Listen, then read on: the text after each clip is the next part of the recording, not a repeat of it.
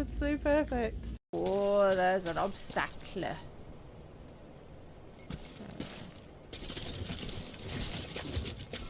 Oh, Sam!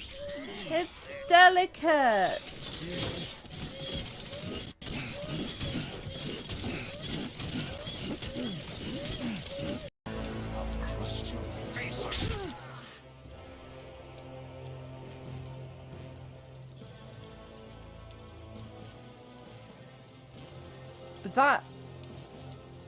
That was quite dramatic.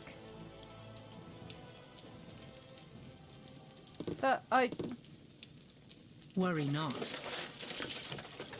I was not expecting him to explode when I stabbed him.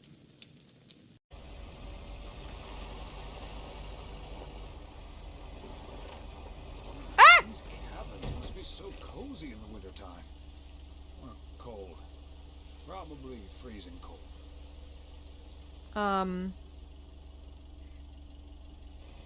Don't think I hit it.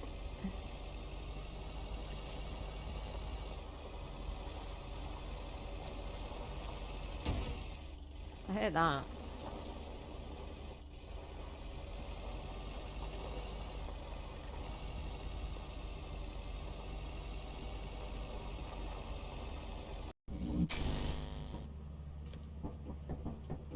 Cool beans. All right. Yeah, and so how it works is, as you noticed earlier, so if you hold left click, like I can talk into the radio even though I don't have one, just by standing next to you, and then on the other side, everyone would be able to hear me. So, Okay, you mean so- just how walkie-talkies work?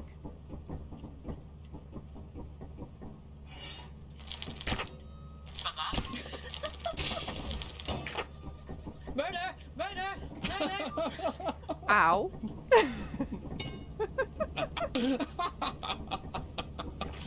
You look so sinister, covered in blood. I just witnessed a crime. Reminds me why I thought it was a good This idea is to kind play of with these messed up, guys. too. Oh my god, I feel bad. Ah! Avenge me! This time I'll try defying gravity. Maybe I'll try defying gravity. Don't know the words, but it's about gravity. You can't pull me down. Oh, this is got. Oh, sorry. It's so sad. This game's really sad. It makes me cry.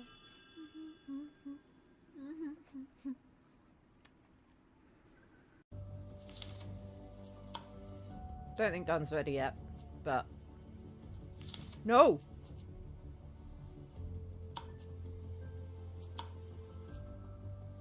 Oh.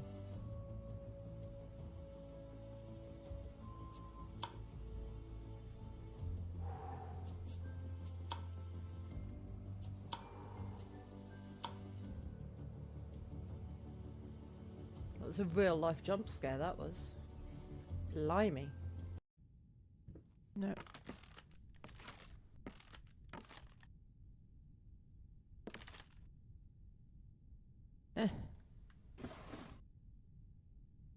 There's a house.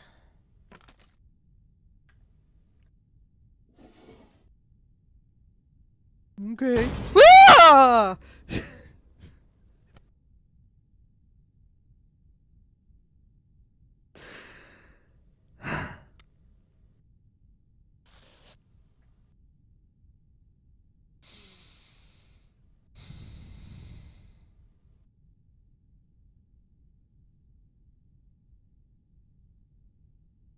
Okay. We're good. We're good. Amazingly, Euclid's still on my lap. He thought about leaving. Oh God. I'm scared to look.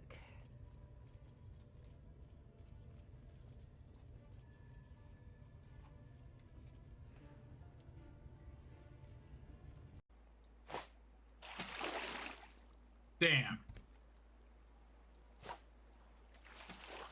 What?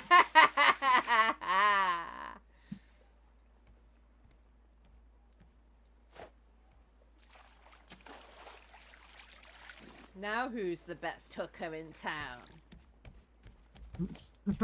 I must give you my title, I guess. Best hooker. Mm-hmm. But I've won for like 6 years in a row. Yeah, well. Why did he die? Why did that happen? Why? Why would that be a thing that happens? You best be joking. You must be joking. Tell me you are, and this doesn't have to end in blood. God.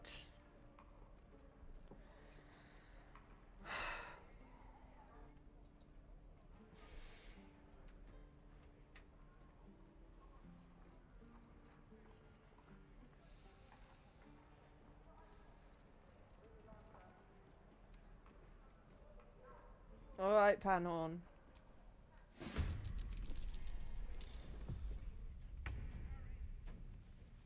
Fuck's sake.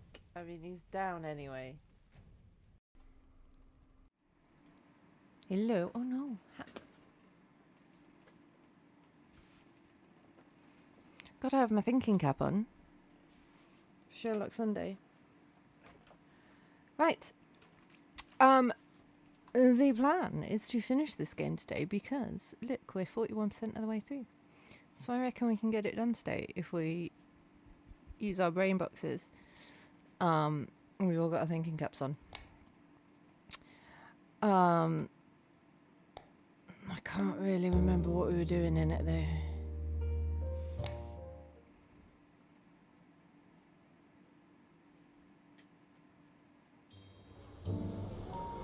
A cool breeze cut into the train cart and through the haze of fatigue when the doors opened. I considered visiting Kat, suddenly feeling an urge to inhale the woody, slightly dusty Oh air yeah, in our political old dude had been apartment. assassinated, hadn't he? Kat had filled it with what she affectionately called real things. She loved leather, cloth, paper, and plants, and hated the clean metallic surfaces at my apartment. Sometimes I did too.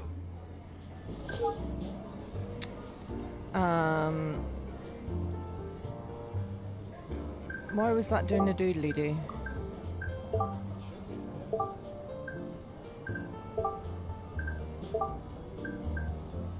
Oh, we've closed everything. Cool. We have no cases. I guess we're going to Kat's apartment. I don't know how to get there.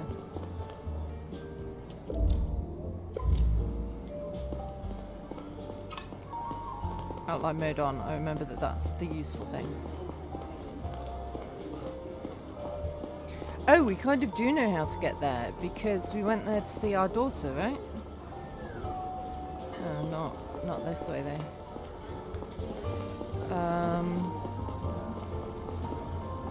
Oh. Okay.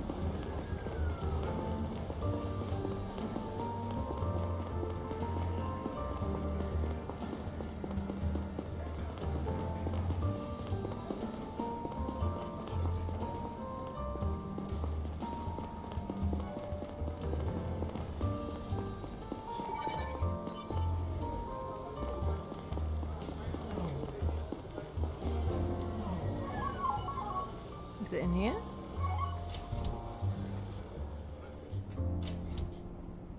Yes.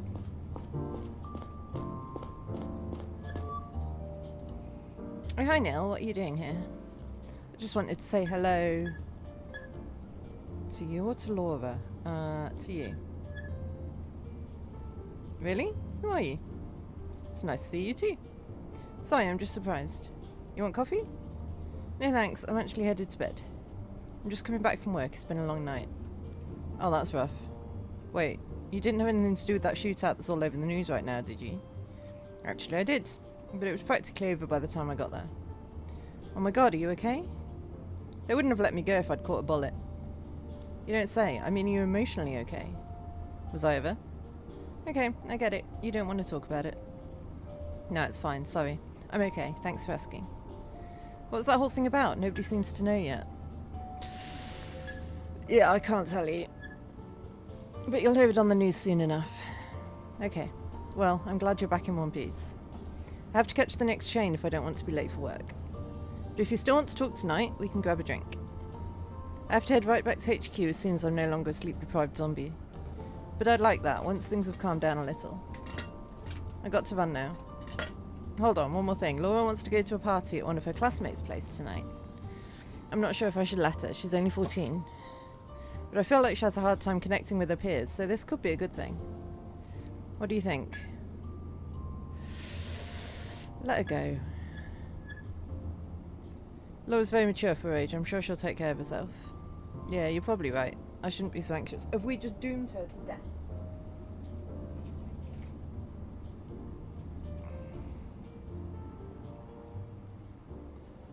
See you, Neil. Please don't get yourself shot.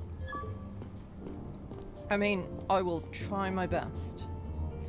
But I make no promises.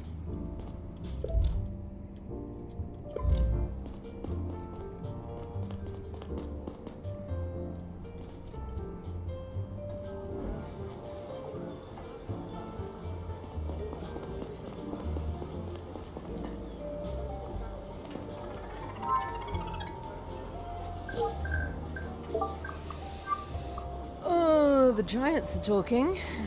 While everybody's eyes were trained on Banny and Robertson at the Trading Summit's first day, a few other notable discussions were going on in the background. Most notably, the mining giants Dan Kim and Abbott Dyson got together in person for the first time in their lives. Their relationship is tense. While Dyson extracts the majority of Drovia's Tylanium, its profits are severely undercut by its status as a colonial entity. By contrast, Milex is not only able to sell its ores directly to places like Femus and New Joan, but it also buys up Tylanium from companies like Dyson to resell at a higher price. The ore prices Gara pays us have not changed in a long time, while costs steadily increased. Dyson complained at a recent interview with Drovian Trade Journal. At this rate, we won't be able to turn any profit at all in a few years. Milex CEO Kim assured that his company would critically examine the situation, but added that the margins are not that big. The idea that we exploit other mining companies based in Drovia is not based in reality. Whether anything will change between the two companies remains to be seen. However thin they want us to believe their margins to be, it's important to keep in mind that both CEOs are billionaires with history of underpaying their workers, cutting corners, and initiating mass layoffs whenever their companies have faced financial problems in the past.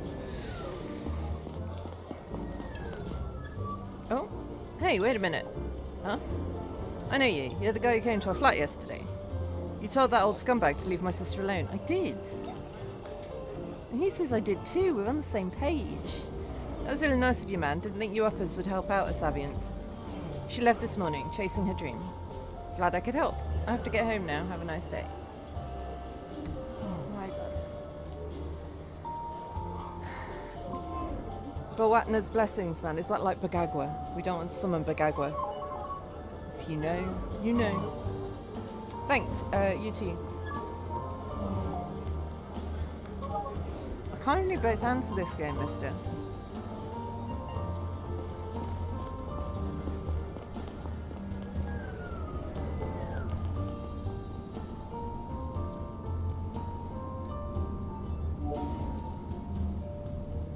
What did that do? Oh, that bought a cigarette. Oopsie doopsies. Didn't mean to. I'm trying to play with my right hand on the keyboard because I've got a cat and it's a struggle.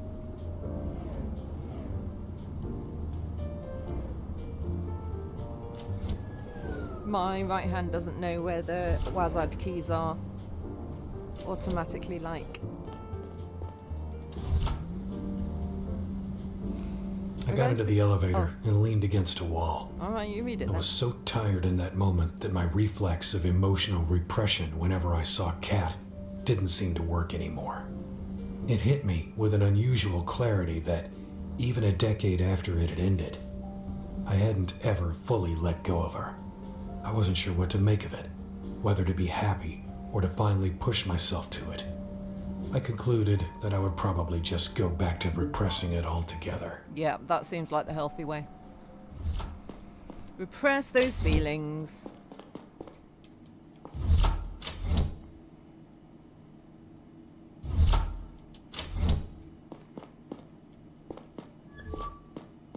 Hey Horace, how's it going? Feed Horace.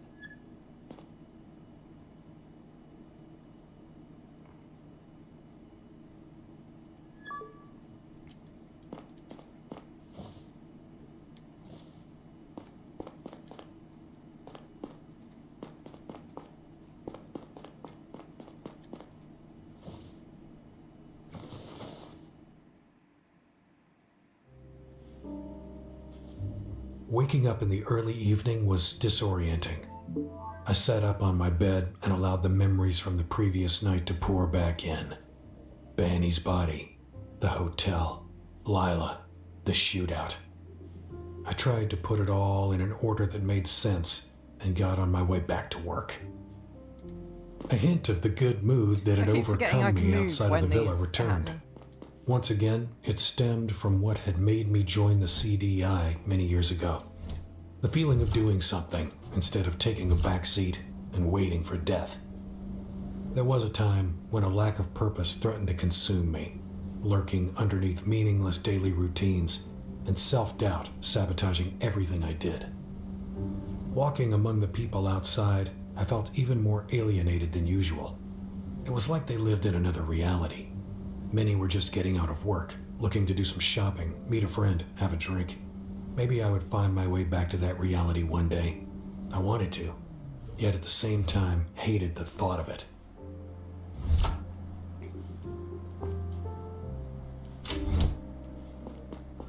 Here's a question.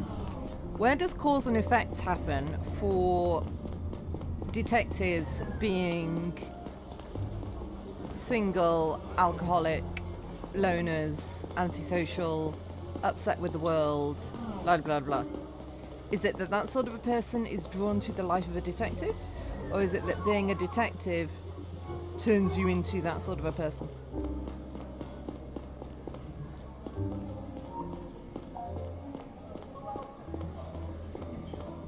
Well, if we've got a cutscene, what's going on?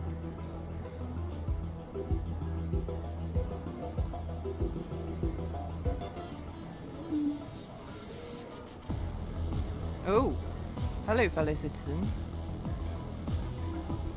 We are the liberators, defenders of progress, freedom and reason. These values have been integral to our society for centuries. But lately they have increasingly come under threat. Religious radicals calling themselves the Savient Front. Hello K-Wolf! Are aiming to establish a theocratic government on Drovia. The Savient faith is based on superstition and rejects science, to the point where it endangers the lives of everyone under its thumb. We all saw 4 decades ago today what happens when a Savient state is left to its own devices. We can't let history repeat itself. We demand President Robertson end this madness now. Put a stop to all independence talks and reinstate a Fulgarian rule. We removed the radical Savient Joseph Banny to get it started. If you do not start implementing measures to meet our demands, more Savient lives will be spent to protect our collective future.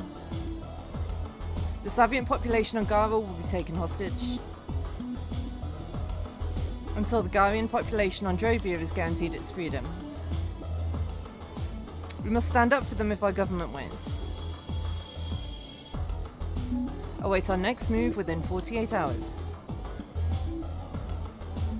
I won't be as silent as the first. It won't be as silent as the first one.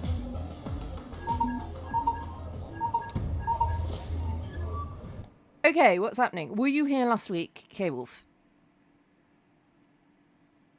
I don't remember if you were here for the last Lacuna or the first Lacuna episode.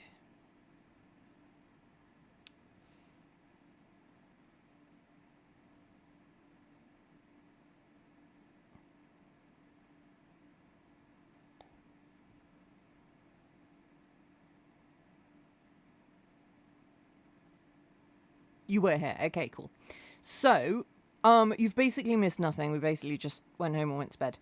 But it seems like the people who did the thing last week are now stepping it up. They took over all the screens and everything.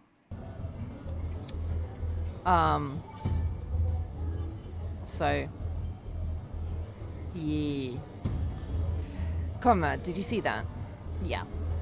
It was on all screens across the city. Come to HQ immediately.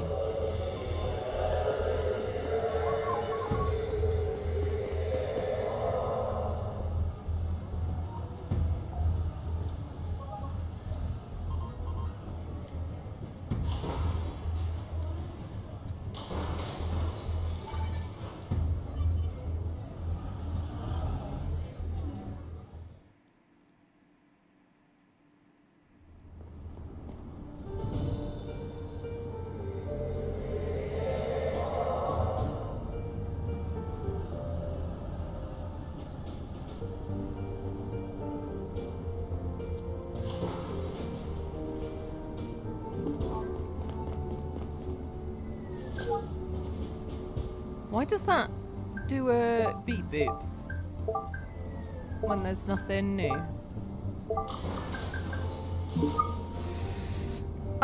So we've got a few things going on. We've got the different mining companies who are at each other, and we've got religious tensions as well.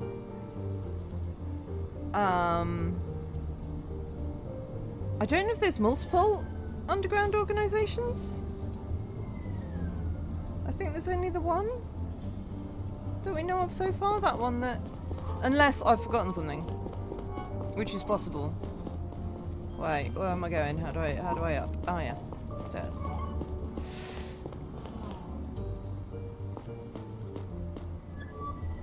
Gary, what are you doing out here? Thinking. Strange how the city looks the same as always, as if nothing happened. That's a good thing, right? Fucking liberators. Ridiculous name. From whom are they liberating us? From a handful of superstitious lowers? Pathetic bullshit. Every single institution on this planet upholds the freedom of our people and their values. It's not like we're letting some religious fanatics take over the solar system. And somehow we didn't know anything about those fuckers before everyone else. One more thing we missed. At least we booked the sniper and his associate. They're both being interrogated downstairs. So far, they're not very cooperative. Do we at least know who they are? We scanned them. The sniper's a complete ghost. He got a fake ID right before he checked into that hotel. The other guy's a businessman from Drovia. His name is Abraham Gonzalez. He's the CEO of a company called Power Up. They manufacture Tilanium... Tilani... I really struggle with that word. Tilanium-based batteries. Both the guy and his company seem harmless, no criminal records. Strange. Why would someone from Drovia help an anti-Drovian terror organization? I have no clue. What about the woman? Any updates on her? Nothing so far. But we do have another lead. Saito is trying to find out where the announcement was broadcast from earlier. But the most important lead are those two douchebags in our basement. You have a way with words, comrade. Get down there and see if you can get them to talk. Will do. Did we secure that drive the sniper tried to hand over? Yeah. And what's on it? About that. The chief said the Attorney General seized it. She said she has to evaluate if we have the required clearance level. The AG? Are you kidding me? That's a crucial piece of evidence. We need it. I suppose they'll let us in on it soon. There's no time to waste. We have to assume the next attack is less than 48 hours away. The higher-ups know what they're doing. Do they, though? Do they, though? You think? Let it go, comrade. Talk to the chief yourself if you have a problem. And one more thing. There's an article about Gonzalez's company in the news today. You might want to download it and have a look. Do the higher-ups ever know what they're doing, really? I think I already did download it and have a look.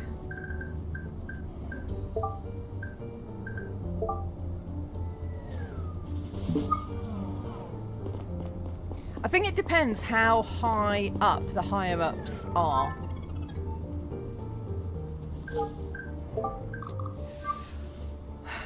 It's no secret that the Drovia-based Power Up, one of the planet's most important battery producers, has been facing monetary difficulties for several months now.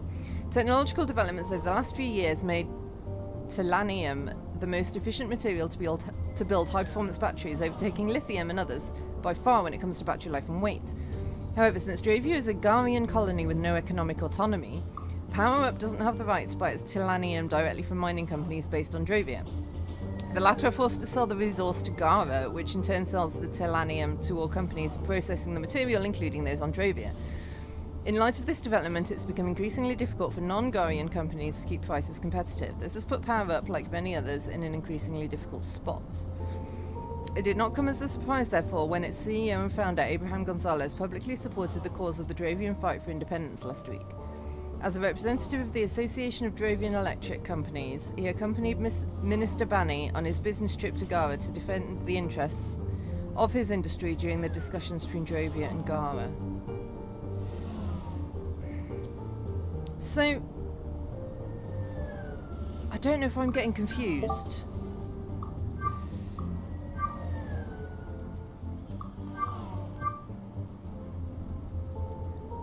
See, this says, right, that the terrorist group opposes Dravian independence and the Saviant religion, and that they're responsible for Minister Bani's death. But then this says that Abraham Gonzalez supports the Dravian independence. So why have we got him in custody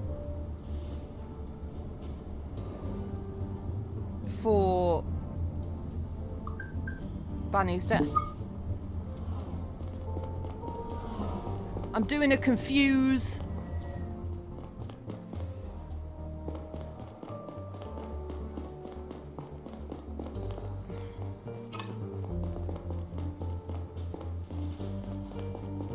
I don't know what's down here, if anything, but I'm doing a explore anyway. Oh, hello. Hey, Holloway, I've been told that our guests are eagerly awaiting me. They sure are. I suggest you talk to Gonzalez first. It's the usual rich guy crap with him. He's going to be surrounded by lawyers in a few hours. At that point, it's going to be hard to get any more out of him. Oh, for fuck's sake, why is it that people can just buy their way out of here? We're lucky he's from Dravia, so he doesn't have a lawyer here. Yet. But he does have a Dravian lawyer on the line right now who's going to annoy the hell out of you. He's somewhere in space and has a communication delay of about 30 seconds from what I understand. So if you want answers, you better have a strategy to make him talk quickly. Ooh. Because you can be sure that that lawyer's going to shoot your questions down once they reach his ears. He's also going to call you on your bluff, so be careful. Oh god. Oh god. Saito did some digging and compiled a number of documents that could be useful for your interrogation. First, you gathered some basic information on Gonzalez and put it on the pinboard over there. You can take a look at it with your AR module. Second, he pulled a list with all incoming and outgoing calls. Is this game about to get really difficult? From Gonzalez's phone. I'll send that to your cell. Thank you. Give it a read. If you have any more evidence that incriminates our guy, go over it before you go in. I will, thank you. You're welcome, let me know when you're ready. Oh god.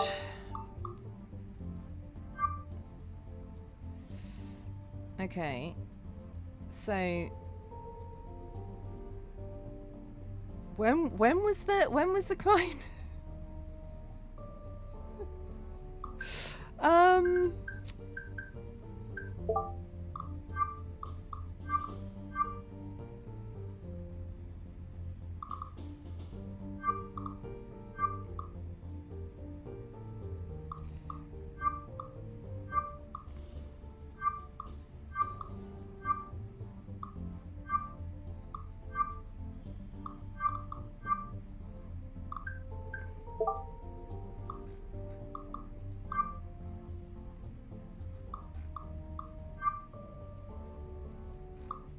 Doesn't tell me any dates. Oh no, it was the shootout, wasn't it? We've got the sniper and we've got the guy from the shootout.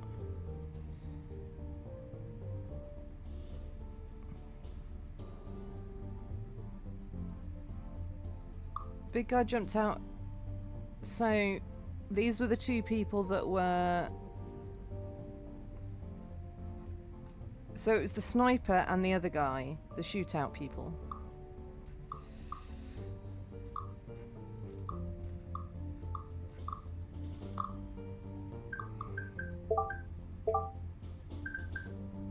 I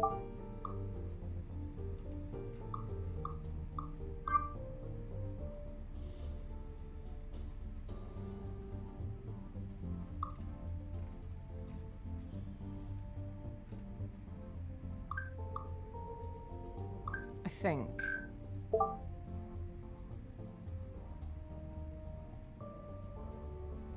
I should go talk to the chief as well, probably.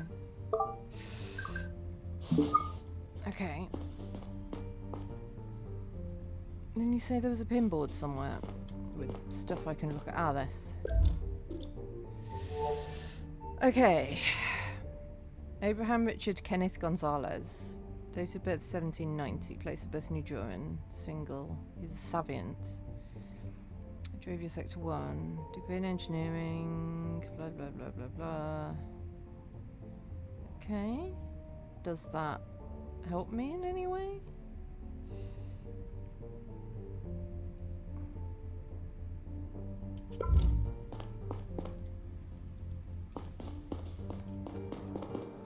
Let's go have a chat to the chief. Wait, is this the chief? No.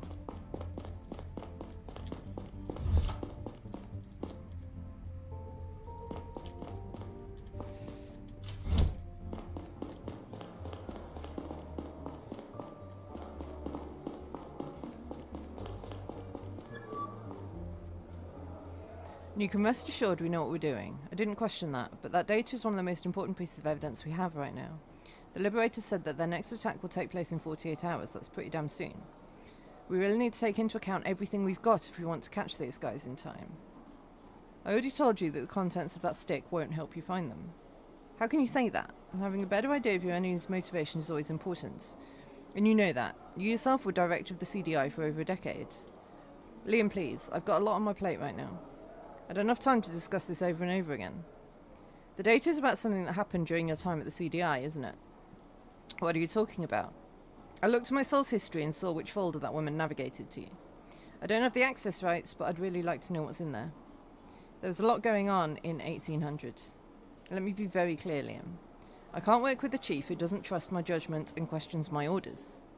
I've been doing this for a long time, Amelia. I deeply respect everything you've done for the Garian state. But as CDI chief, I see it as my duty to protect all Garian citizens. I feel like this door should be more soundproof. But anyway, I'm glad it's not. And I'm sure that it's in your best interest as well. Yeah, there's something fishy going on here. I don't have time for this now. I'll let you know what the next steps are going to be. Oh, yeah. I don't know if she's on their side, like if she's corrupt, or if she's just trying to cover her ass about something. There could be a few different reasons why she's not being cooperative.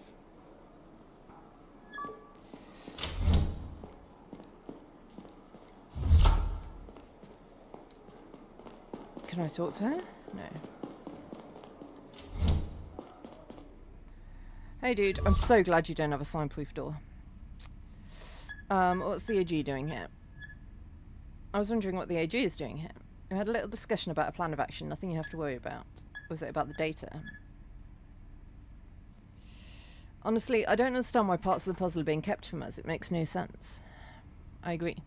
Listen, Conrad, I'm currently trying to find out what the data was about and why we don't get access. Oh yeah, someone stole data from him, didn't they? It was, like, an escort that he hired. Don't you have a suspicion at least? You know what was on your cell when it was accessed? The data was on the CDI network, and apparently it was something I don't normally have access to. Until I know exactly what we're looking at, I'd like to ask you to respect the chain of command. How did they download it then, if he doesn't normally have access to it? I'm getting an important call any second, we can talk later. Okay. Oh. An update is available if you're following body enhancements. Eyes plus, thighs plus, chest plus. Yeah, I guess false credentials. Please make sure to download and install the latest firmware from our website within the next 10 days. We don't know who wanted that data though. Maybe it was her, the AG, who wanted that data.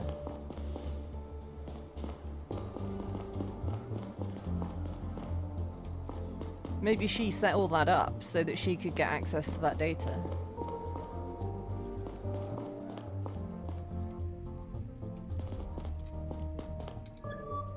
So you ready? I guess so. Alright, I'll unlock the door. Good luck.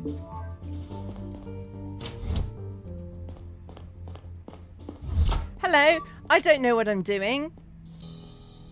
I already talked to your colleagues. I didn't do anything illegal. You don't have a right to keep me here. I'm a citizen of Drovia and you have no evidence against me. We could keep you here for 24 hours even if we didn't have evidence, but we do. Let's start with your associate. What do you know about Boyd and the data he brought you? He's not my associate. I didn't even know he was called Boyd. Listen, Mr. Gonzalez. Apparently, I know you had a call with him last night. We have Boyd on record talking about the handover of some data storage module at Jora's Plaza. He explicitly said that he called the person he was going to meet at 11 last night. You have an incoming call at that exact time from... Oh god, I don't know! I don't know! I don't know! I don't know! I don't know! I don't know! An anonymous number? And you did show up at the meeting at Jora's Plaza this morning. All this proves beyond a reasonable doubt that you've worked with Banny's murderer. Okay, listen, I got paid to fetch the stick. I was just following instructions. You're the CEO of a company. Who's giving you instructions? I had no idea who I was meeting with, and I still don't know what's on that stick. Good evening, Agent Conrad. My name is Jim Miller. I'm Mr. Gonzalez's lawyer. Nice to meet you. A team of legal professionals is on its way to advise my client. Until then, he won't answer any of your questions. Could be blackmail. Who paid you? You heard my lawyer. I'm not supposed to talk to you before my legal team arrives. Listen, Mr. Gonzalez, I've heard that... Yeah, your company needs... What? That was Euclid pressed that! You support Drovian independence. Euclid, can you stop pressing things, please?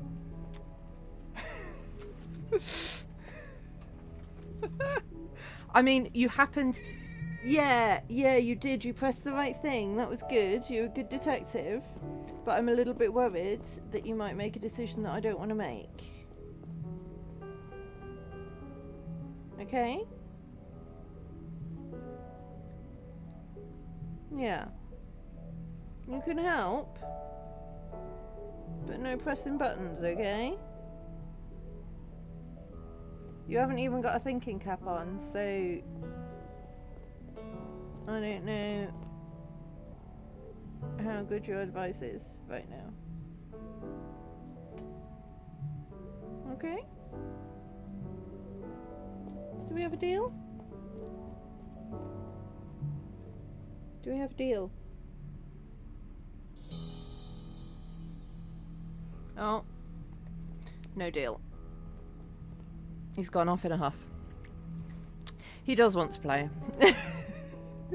He was trying to put his hand on my hand, which is on the mouse. But that meant that his hand, his paw, went over the keyboard. And he pressed something.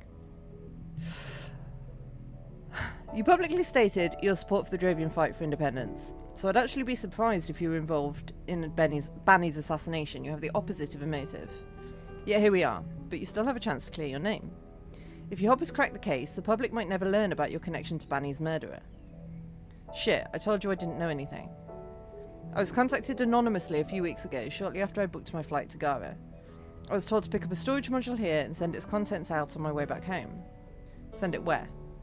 They were going to contact me. I have no means of reaching them. Who are they? I really, truly don't know. The person who contacted me spoke Drovian, that's all I can say.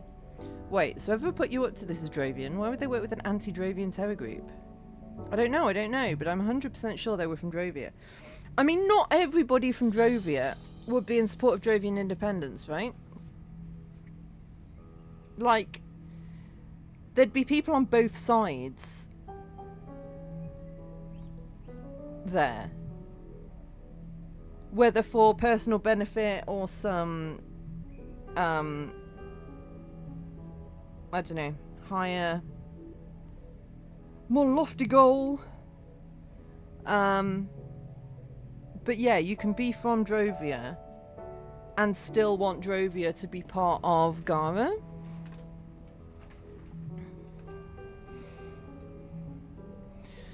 I got paid to do it and not ask questions. My company really needs a cash injection right now. Okay, so that's his motive.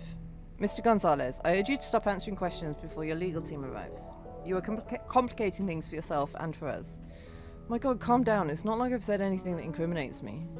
But he's right. I'll wait for my legal team to arrive. Fine. Okay. I don't think that went too badly. Was I right about the phone call?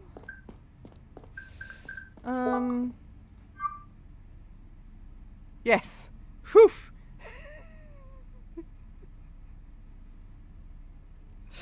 Ah.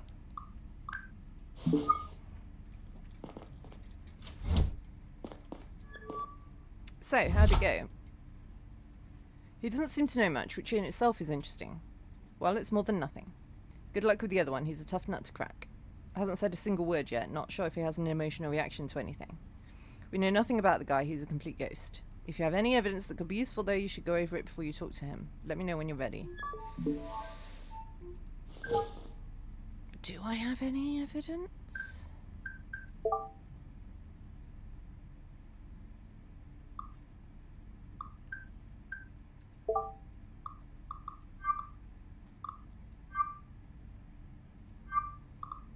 It's annoying that I can't see this evidence. It's like, you've got some information on Gonzalez. So he drinks expensive whiskey. There's a strange hand-drawn symbol in the middle of a piece of paper.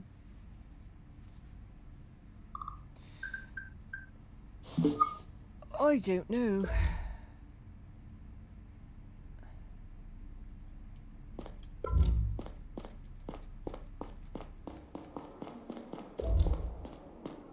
I mean...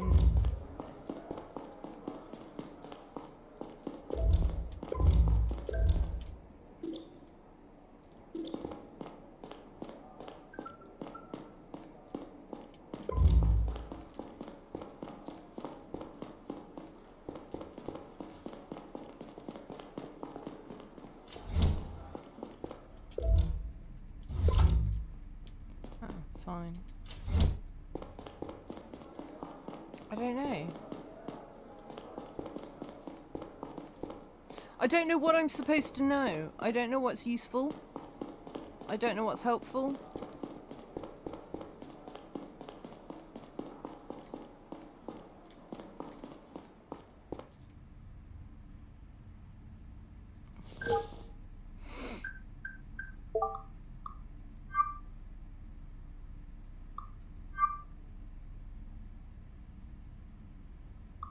Yeah, that would have been very helpful in the last interrogation, because I don't know, like, even knowing what time things happened, I don't know how I remind myself of that.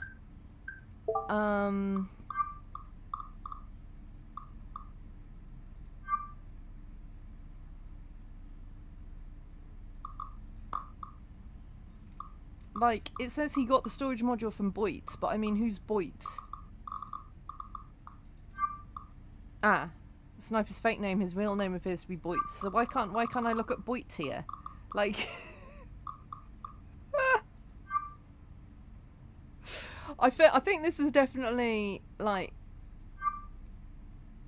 this is clearly a game that was before the other game we played, Between Horizons, because it's just not as well put together for doing investigations. We'll just do our best. You ready? No, but I don't know how to get more ready. So, yes.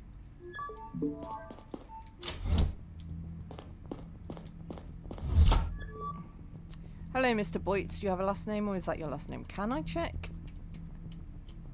No, I can't. I can't do anything. Alright, Mr. Boyd. I'm Agent Conrad. You made quite a mess out there. Shooting Joseph Banny put you at the top of our most wanted list overnight. Your friends just announced the next big project, and you're uniquely qualified to help us get ahead of it. What do you know about the Liberators' plans?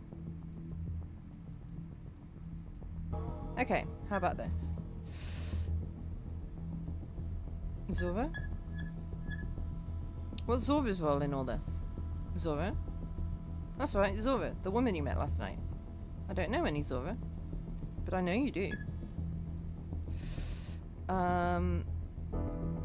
Where did you take that data stick from her? You told her there was a change of plans she didn't know about, was that true? Or did you trick her into giving you the data? Did you want it for yourself? Or did you want to protect her by going to the handover in her stead? You two seem to care about each other. So I'm sure you want to know how she's doing. How about this? I tell you what I know about her, and you tell me what you know about the Liberators. You go first. Alright. You'll be happy to hear that we don't know her whereabouts. She wasn't at Jora's Plaza when we got you, and for all we know, she's leading a happy criminal existence. It's your turn. Who's behind the Liberators? I don't know. I've never met them. They just paid me. Who paid you? I answered your question. Fair enough. Well, this was fun. Let's do it again sometime. That seems to have got us nowhere.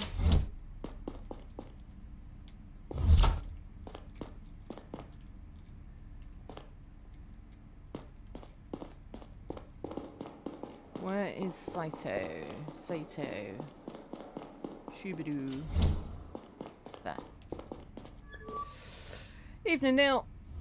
Hey, Saito, how's it going? I'm not gonna lie, that video was a little upsetting. I mean, I know my religion's strange to some people on Gara, but an anti-Savient terror group, that's something else. Should I be worried about wearing my scarf in public now? I think these people are idiots. I'm sure the vast majority of Garians agree with me. I know. Hey, I also have some good news. I found out where the Liberators video was broadcast from. It's a company called AdSpot. They own most of the billboards in the city. You want an ad played, you go to them. I took a shot in the dark and checked ongoing police operations in the centre. And what do you know? Someone at AdSpot made an emergency call tonight. Apparently an intruder forced their way into their server room and gained access to a computer. I made contact with the local police department. They sent 2 officers who secured the scene and are waiting for you to come have a look. Fast as lightning, Saito. Great work. Well done, Conrad. Oh, well done. Conrad and I will go to AdSpot and have a look around. We really need to get ahead of this one and prevent another attack. Why don't you follow up on some leads while we're gone? Trace the perp's payment to the hotel, as well as the mysterious transaction to the escort. Or maybe we can find out where the sniper's accomplice got her face changed. Conrad, I'm taking off from the roof. Want to hitch a ride? You know I don't. Why don't we like going in cars? I need some fresh air. I'll come with you, Gary. There's definitely something. I don't know if we found out, but there's definitely something where we are not happy in cars.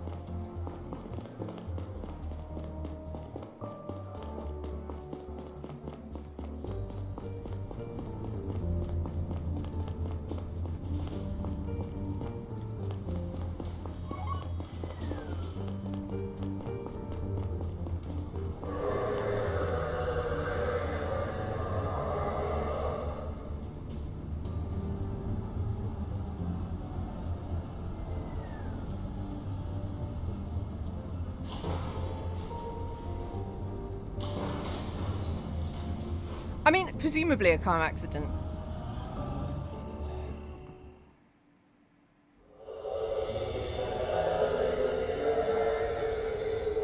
During the train ride, every screen in the city had been playing news reports about the Liberators' announcement. They were the first violent domestic terror group with a political motive in recent Garian history. But there was something else that struck me about them. This wasn't the usual MO of a conservative group trying to maintain the status quo.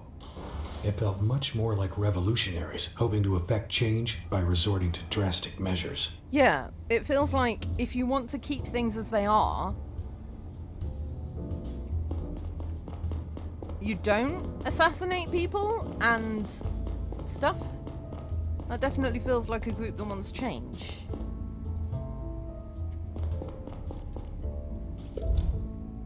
No? Okay. I don't know where I need to be going. Ah, there we go. Thank you, Arrow.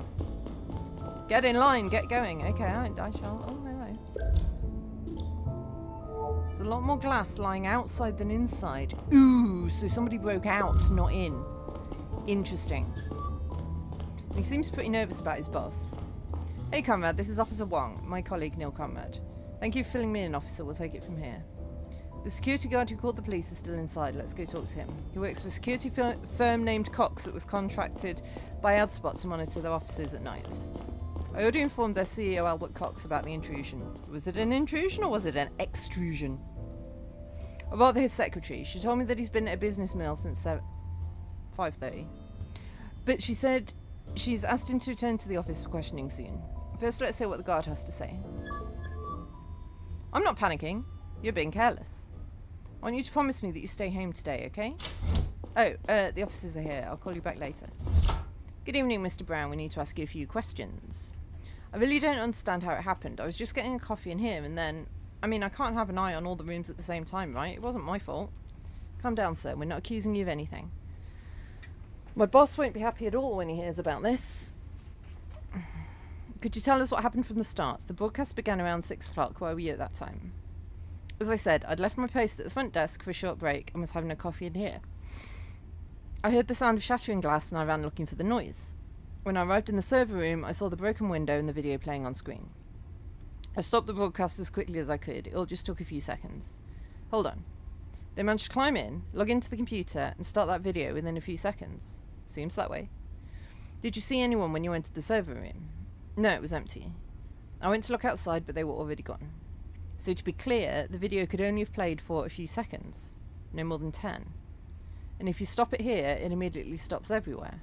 Yeah, the screens across the city just mirror the ones in here. Look, my boss will say it's all my fault, but I swear to you Okay, thank you, that's all for now. It ran for longer than 10 seconds, right?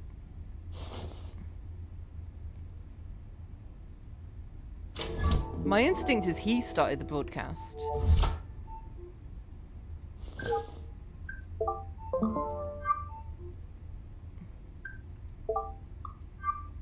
Oh, a new message is waiting for you on Dating Elite. Oh, look at that! Look at we might have a date. We might have a date. I'm excited. Excuse me, Mr. Brown. Anything else you want to know? Relationship with your boss. Honestly, I can't say he likes me. I think he's been looking for a reason to fire me for a while. I think I only got the job because one of his top men vouched for me. I see. Anything else you want to know? About tonight. Did you leave the building at any time? Only one time when I went looking for the intruder and I came right back. Did anyone enter the building except for you? Just me and whoever started the broadcast. Can I go home soon? My wife's a Saviant. And after that video today, I'm afraid you have to stay a little longer and help us find the people behind all this. I'd feel better if I was with her. Called her earlier and told her to stay home, but she wouldn't listen. I see. That's all for now. So he's got a reason to not have done the broadcast if his wife's a Saviant. Right?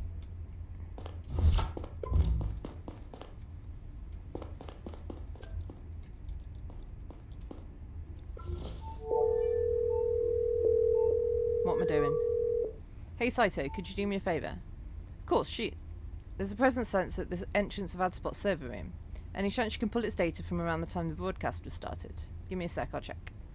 I got access, but the sensor doesn't store any names. However, I could provide you with a list of every time someone passed through that door around 6 o'clock. Great. The sensor reacts every time someone uses the door, no matter if they're going in or out. Gotcha.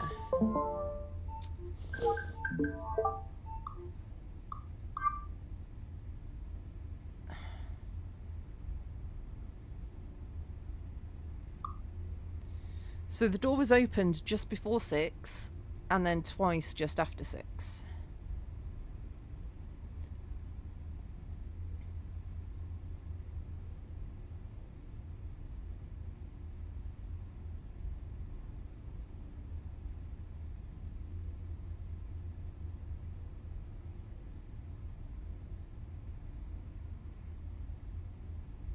If no one went in or out the window, that's not enough entries. That's like an out, in, out, or an in, out, in. Either way, that's not enough door openings, right?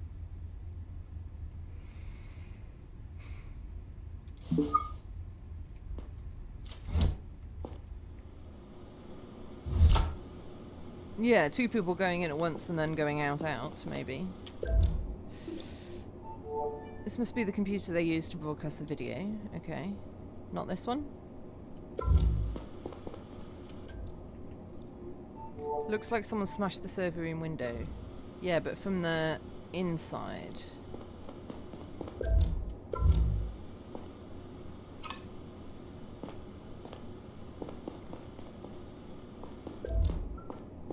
Anything else?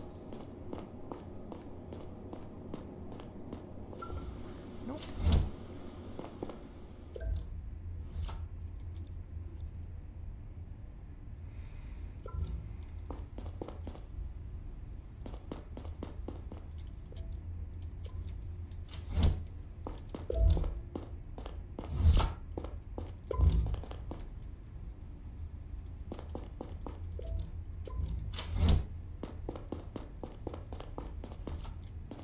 Oh, hello.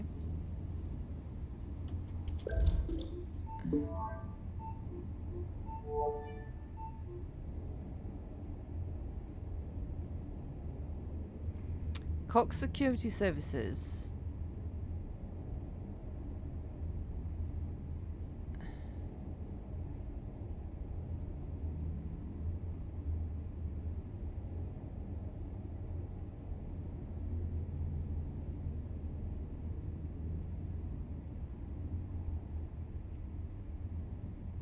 So they went in at 5, then came out just before 6. Then back in, then back out.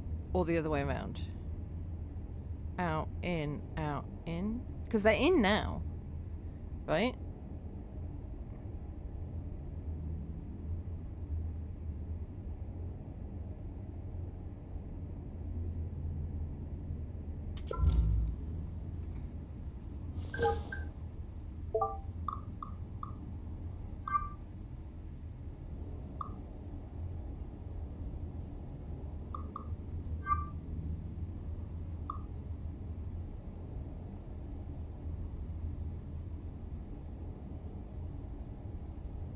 He doesn't say what time he got there.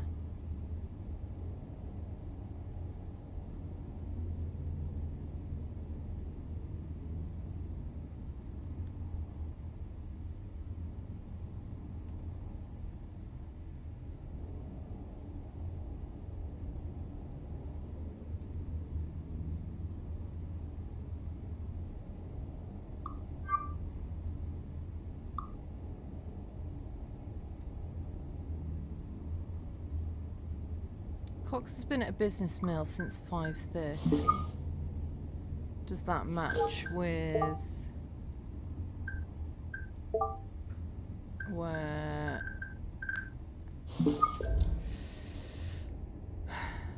Yeah, so he left. No, that's Jim Chen.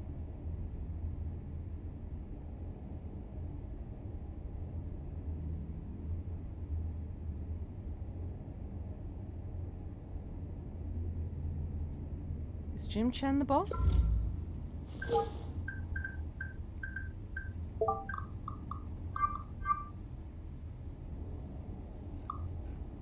No, Albert Cox. Ah, the security firm. Okay, he's not the boss of that place, he's the boss of the security firm. Okay, that's fine. So, that makes sense then.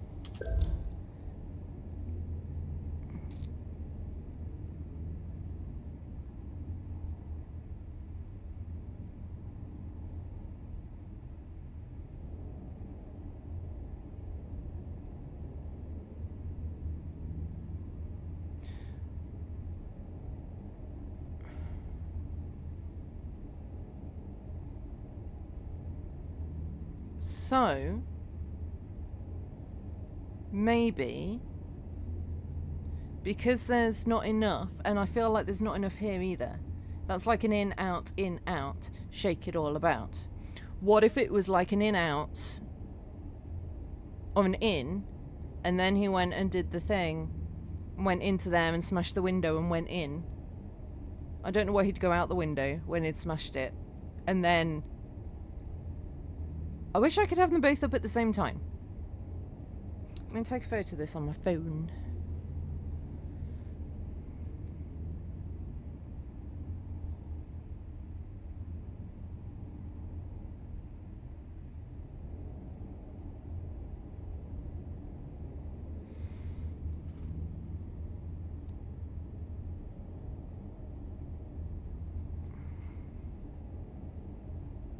I mean, someone's doing the hokey cokey, and we need to find out who it is. I mean, the only person we've got any evidence of being anywhere near the building is that guy. So I think it is that guy, but I just want to, like, prove to myself that it's him. It was in emails, wasn't it? So...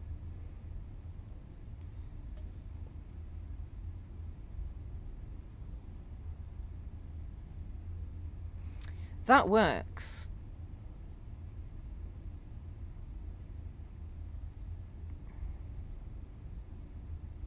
If he went in at 5 o'clock and then out at 5:55 and then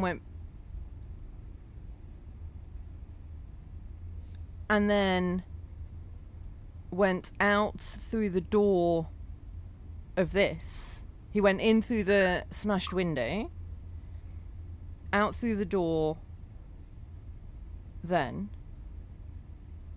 in and out, so that is logged of the thing starting, like that he stopped the thing, and then out and back in, so that that's logged for the building. I don't know why he'd bother going through the smashed window at all. But anyway. Right, ads are playing. I'm going to have a quick break. I'll see you in a couple of minutes. Blowtorch! Wait!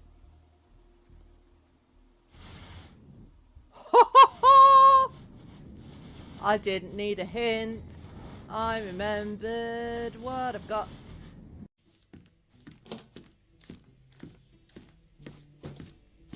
Where is he?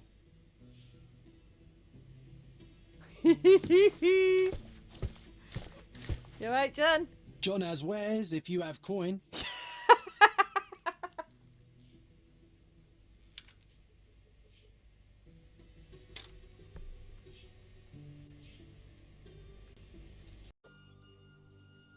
Don't think I know what that is.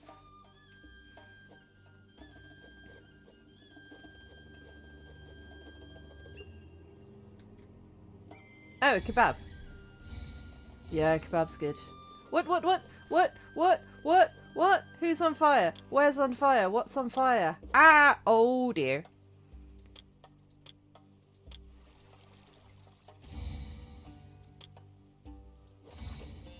Oh, there's an obstacle.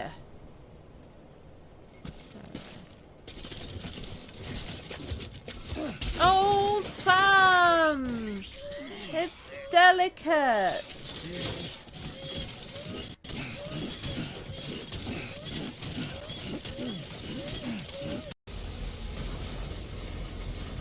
Luckily,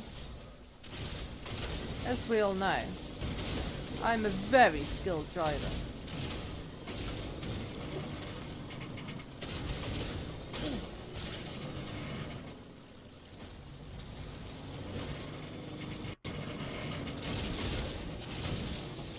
Especially off-road.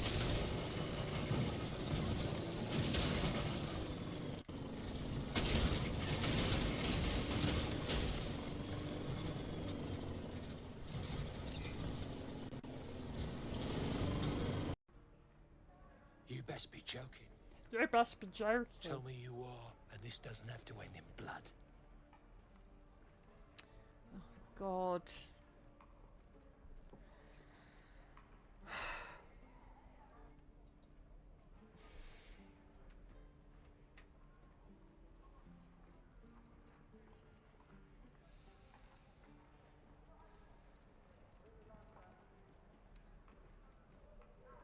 Alright, Panhorn.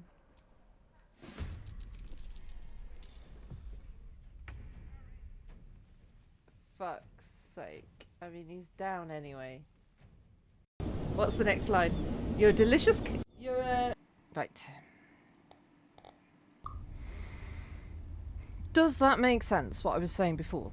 That he went... Sorry, I'm looking at the photo on my phone. that he went into the place at 5, into the building at 5, through the front door, then went out through the front door,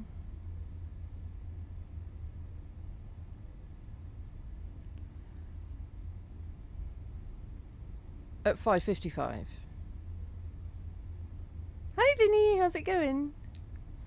Then went in through the broken window and out of the server room then went back in the server room and out of the server room and out of the building and into the building. That's what I think happened.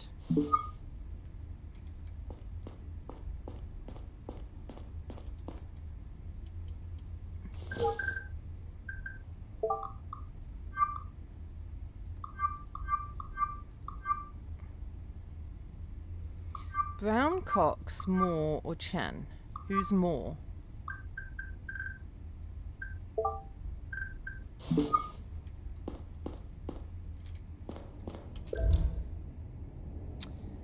Yeah, I'm good too. Getting myself a bit confused about this though. Who's more?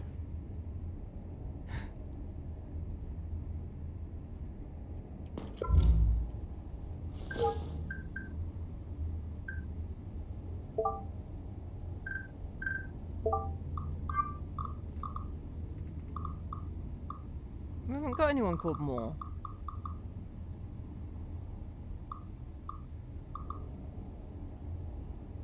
I'm going to say it was Brown.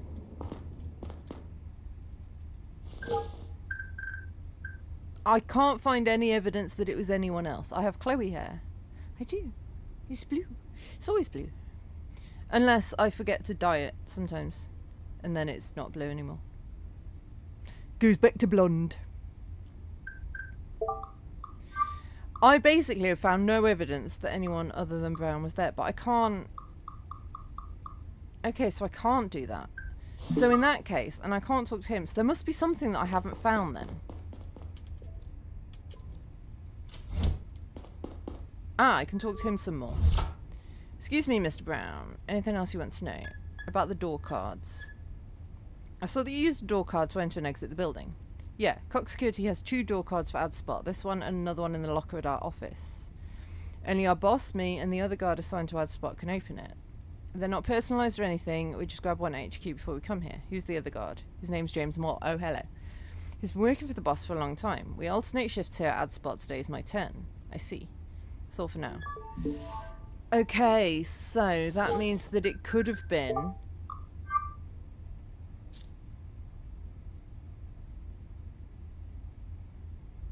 Okay, that... So it could have been Cox or Moore with the card. Have I seen the game mixtape? I have. I own the game mixtape. I've not played the game mixtape. I know nothing about the game mixtape, but I have seen it. And I own it. It's on my list. I've got so many games on my list. I'm sure I'll get around to it at some point. I might push it up the list if you're interested in it. Okay, right, so hang on. That makes my life more complicated.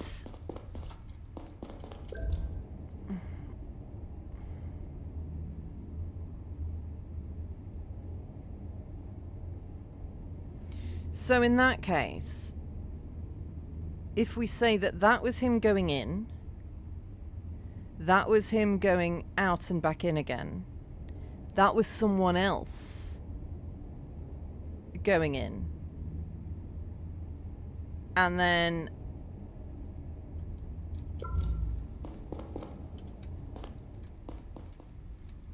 here,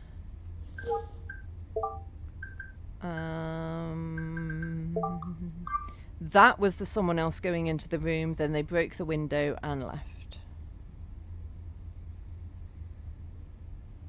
So, would it be... The CEO has an alibi, but is it an alibi? Or is it a fake alibi? That's our question.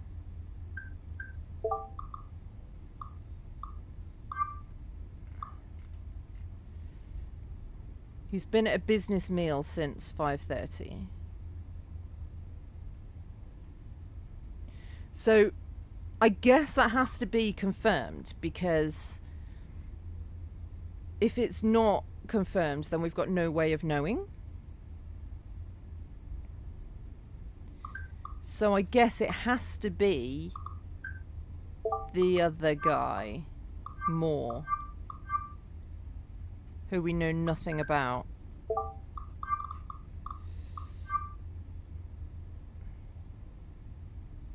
Because presumably Albert Cox has never been to AdSpot. Like, why would the CEO ever go there? Whereas the other security guy would know his way around. I'm going to say it was Moore.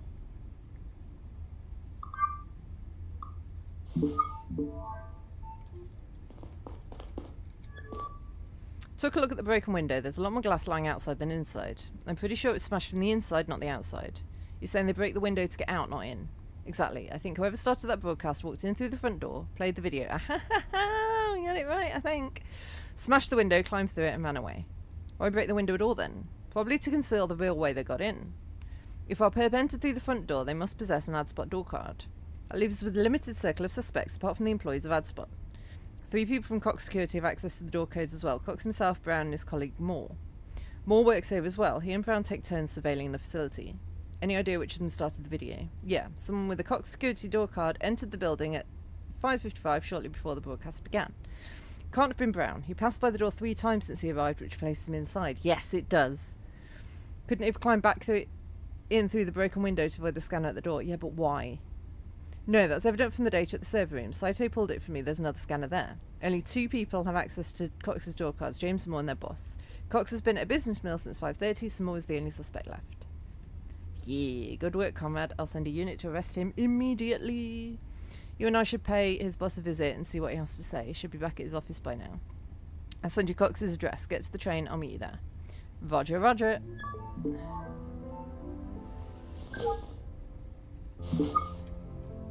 Nice. I don't know if we've got one wrong yet. I don't know how we know if we've got one wrong. I think we've got them all right so far. I almost want to get one wrong on purpose. See what happens. But then I don't want to get one wrong, because I want to be good at the game. Oh. Yellow. Hey, Saito. Good news. I managed to crack the cell of that businessman, Abraham Gonzalez. I found a deleted message that's extremely interesting. Seems like someone hired him to fetch the data module on Gara. And here's the kicker. The message was sent from the Mercurius network. Ooh, I don't know what that means. The what now? The Mercurius network is only accessible to really big companies. They have to be publicly traded and count more than 10,000 employees. What's more, the message was sent via a highly encrypted channel of the network. Those are exclusively accessible to high-ranking executives. That means whoever sent the message to Gonzalez is someone high up at a big company. Not just high up, it practically has to be the CEO. Good job, Saito. Sounds like a solid lead. I'll forward you the message and a list of all companies in the solar system that match the criteria. I'm also opening a sheet about who's behind the Liberators. Oh, and one more thing. I also managed to extract a message from the sniper's cell. Looks like he sent it to the woman who stole the data from our chief. You might want to have a look at that as well. I'll forward it to your cell. Copy that. Talk to you later. Okay.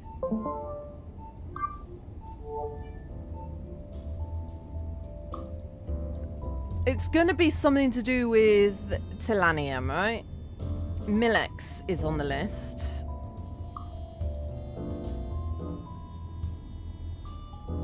Dyson is on the list.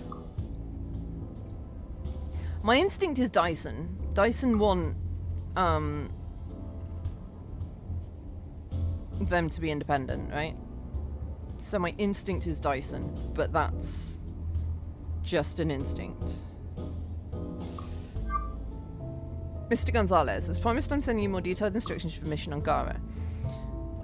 You will wait for your contact in person at the big fountain on Joris Plaza. She will hand you a data stick that you will take with you when you leave the planet in the evening. As soon as you've left the Garian network, you'll be provided with the exact address to send the data to. As agreed, you're strictly forbidden from asking questions or trying to find out what the data is about. Discretion It's of the utmost importance. As soon as the module's in my possession, the agreed upon fee will be transferred to your bank account. Zora, you probably figured out by now that I lied to you about Williams asking me to take care of the handover. Pretty sure you're mad as hell and I'm sorry about that. Thing is, I have a really bad feeling about this whole mission and I really couldn't stand it if you got hurt. We promised each other this was the last job we would accept and that we would get out of it all afterwards. However, over the last few days, I realised that going back to normal after all these years scares the shit out of me. I'm not like you. What I'm trying to say is, if I don't get out of this, I want you to quit nonetheless and do what we were planning to do.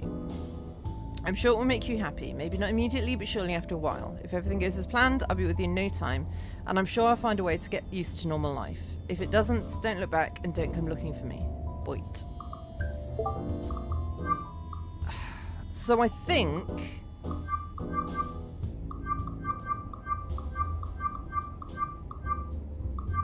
pretty sure it's Dyson. They're based on Jovia.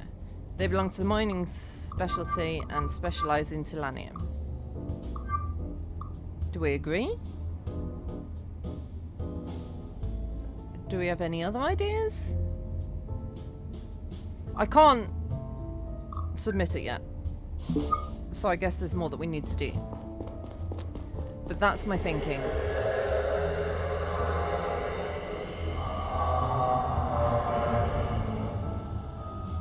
That is a really good train announcement sound, by the way. It sounds just like when you're in a train station and you're like, what? What? What did they... Was that my train?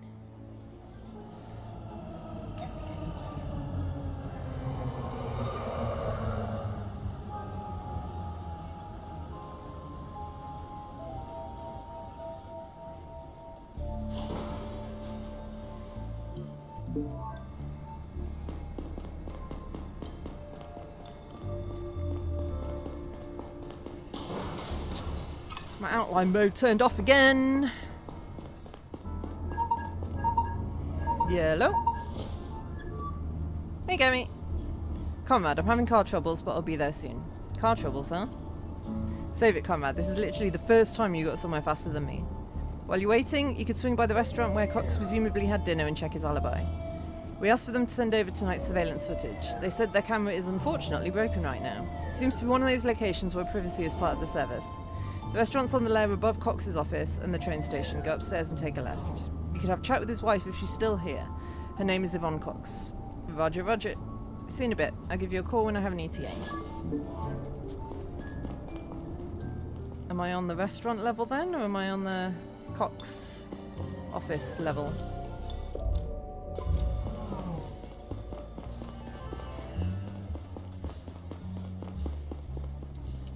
Nothing here.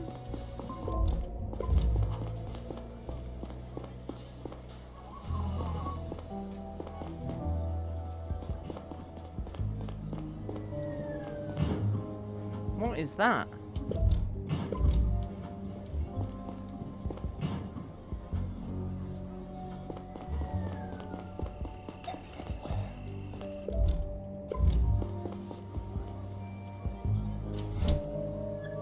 Ah, is this the restaurant? Good evening, sir. Do you have a reservation? Evening. I'd like to talk to Yvonne Cox. Is she here? I must ask, is she expecting you? Not really, no. I'm sorry, but I can only let you in as part of a reservation. Neil Conrad, CDI, would you please lead me to Mrs. Cox? Would you please follow me? I shall. Sir. And that's why it's vital that we keep negotiating with them, no matter what Albert says. Ms. Cox? Yes, who are you? Neil Conrad, CDI. Sorry to interrupt, but I'd like to ask you a few questions. CDI, what did I do to deserve your attention? It's about your husband, actually. Ah, well... Excuse me, Mr. Conrad. Jacqueline Hendricks, attorney at law, and Ms. Cox is my client. You realise that she's not obligated to give you any information about... It's okay, Jacqueline. Let's talk, Mr. Conrad. Would you mind if we stepped outside? I need some fresh air.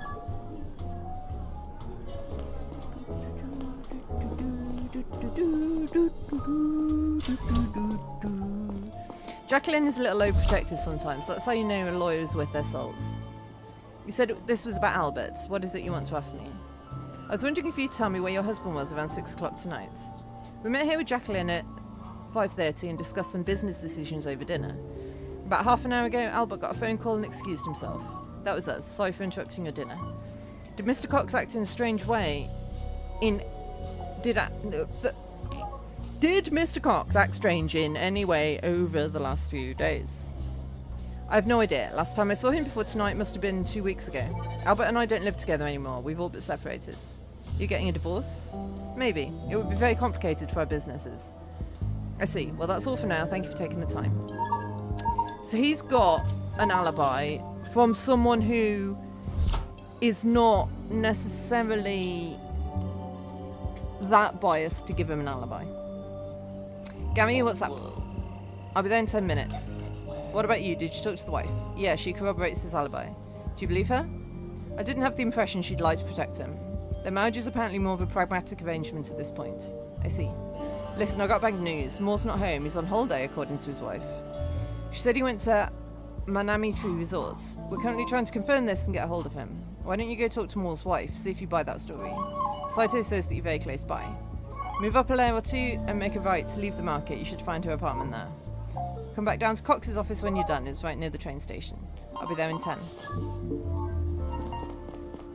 On my way up to Moore's apartment, I walked through aromatic clouds of fried rice, fish, and mystery meat.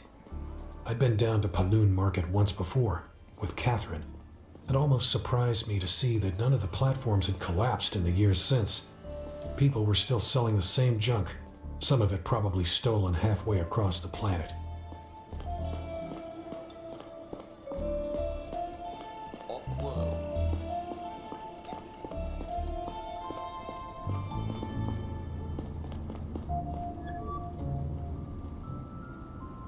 Very romantic place.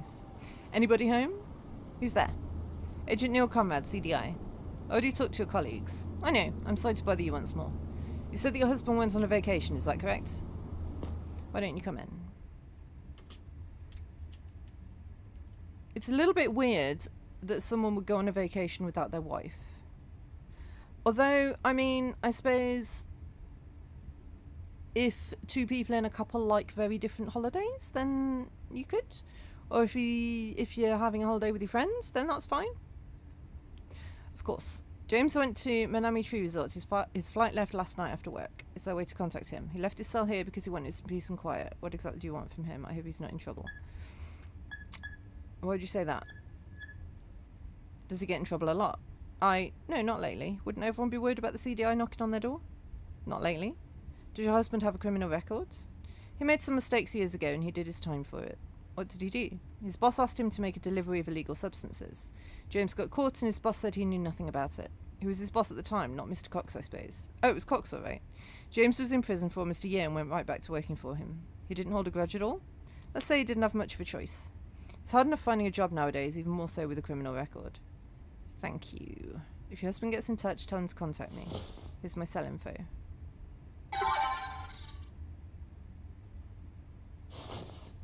Do you mind if I have a quick look around? Look around? Why not? But please don't make a mess. I'm making a mess in your house. Oxydanol, a highly addictive substance used in lung disease treatment. Oh, I don't know what that was, but sure. Is it a calendar maybe? A single plate in the sink looks like she had dinner alone. Okay, so that's fine. Negotiations in the Hope scandal finally came to a close last Monday. Melex Mining had made negative headlines almost 16 years ago, and hundreds of employees filed a class action lawsuit against the mining giant. Many of them had suffered permanent lung damage after allegedly having been exposed to harmful gases over a prolonged period of time in the mining chamber dubbed Hope on Femus. A long, slow and expensive back and forth of appeals followed until last week when the Interplanetary Court finally ruled that the company would not be held accountable and did not have to compensate the alleged victims. The conclusion is viewed by many as a great failure of the federal justice system. Neither the mining lobby's system-wide influence nor the Federation's interest in Melex's economic success are a secret, leading many to openly question the integrity of the court's decision. Last week, a delivery van belonging to the company Cox Security was stopped as part of a routine traffic control. The police found an undisclosed amount of mind-altering substances stowed away under the loading area and arrested the driver on the spot. Facing charges of drug trafficking, the CEO of Cox Security has denied any involvement and claimed the driver was acting of his own accord. If the driver admits faults, he's looking at up to 1 year in prison. Is that what I just took off the wall? Have they got that pinned on the wall? It's a weird thing to have pinned on your wall, isn't it?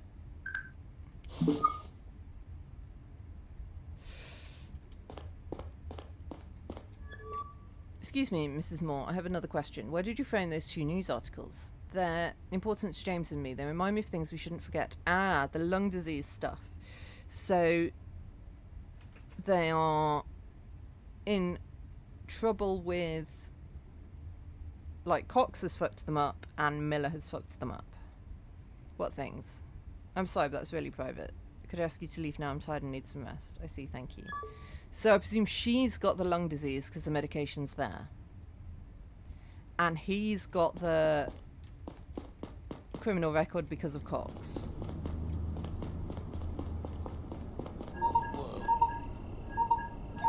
Yellow. Comrade, how did it go with Moore's wife? Well, she doesn't seem to know what her husband is up to. I took a look around the place though. Good, we need all the information we can get. I'm almost at Cox's building, meet you there. Oftentimes in our investigations, the obvious solution would turn out to be the right one. People usually acted in accordance with their interests and their emotions. Nothing. Whoever we first thought did it, they often turned out to have done it. With Moore and everyone else we had met so far, it always felt that we were at least one step removed from the truth. Nothing about this case was obvious.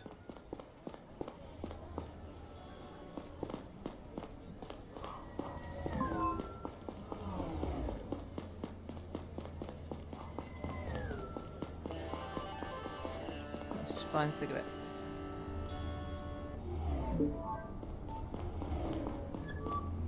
Comrade, we need to go up here. Cox has probably been waiting for us for a while. What's with the shabby building? I thought this was a big company. This is just one of their bases of operation, apparently. Listen, Comrade, I just got a call from the AG. She ordered us to arrest Cox. What? From the AG herself? Why? I thought we were just going to question him. Did you tell the AG that we don't suspect Cox of starting the broadcast? I did, but I guess there's been a change of plans. Why does she want us to arrest him? She said that we have strong reason to believe that he's part of the Liberators. Did she bother telling you what she's basing that on? No. No? We don't have time to waste here, Comrade. Let's go get him. Do you want to do the talking? I'll see if I can have a look around in the meantime. Sure. I don't think he's going to give us trouble, but keep on your toes. He's big in the security business after all.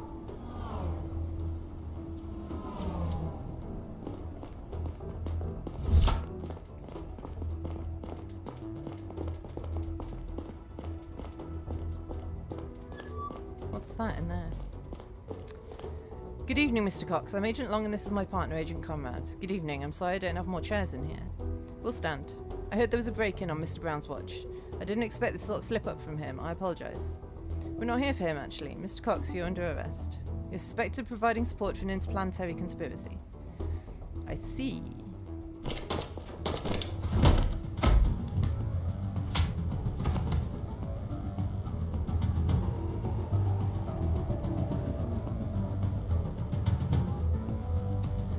Well, that escalated quickly. I hope he's not dead. I hope he's just a bit shot. Shit, Gary. Oh, what do we do? What do we do? What do we do? What do we do? What do we do? What do we do? What do we do? What do we do? What do we do? Put down that gun. Get out of my way. You just shot a CDI agent. It's over, Mr. Cox. Oh, please, don't overestimate your power. What about your wife? You just leave her behind? I don't care about my wife. She'd be thrilled if I disappeared. Now get out of my way or I'll make you.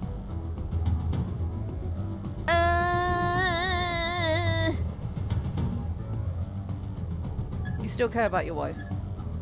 Come on, I know you still care about your wife. I don't give a shit about that bitch. You had your chance. God damn it!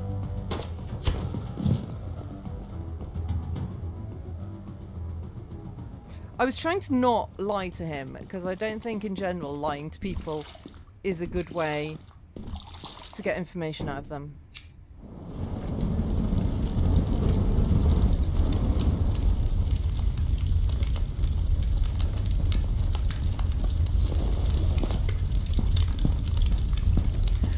However, it seems in this case that maybe lying to him would have been a much better way to get information out of him. Because this way has meant that he's gone and the building's burned down, presumably. So...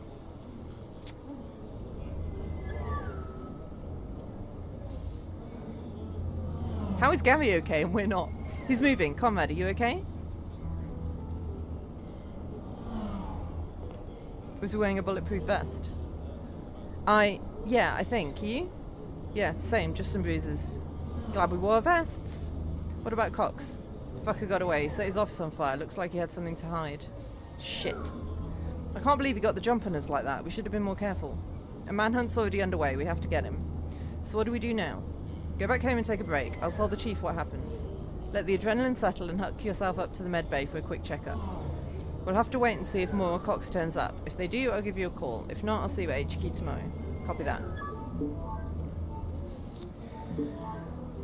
The problem is with this game, I don't know if that was all scripted or if that's because I fucked up.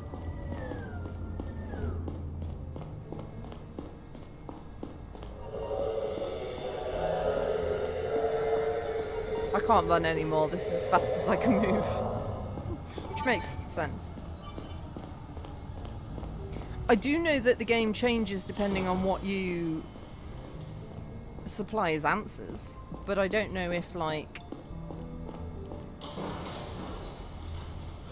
I don't know how much of it changes. I would have to play it again to see.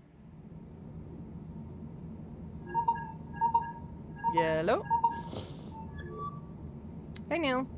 Hey Kat, everything alright? No. Laura's just... oh, fuck. I thought that'd happen if I said let her go to the party. What do you mean disappeared? I let her go to that stupid party. She promised she'd be home over an hour ago. I'm just making a mess of everything in this game, aren't I? Have you tried calling her?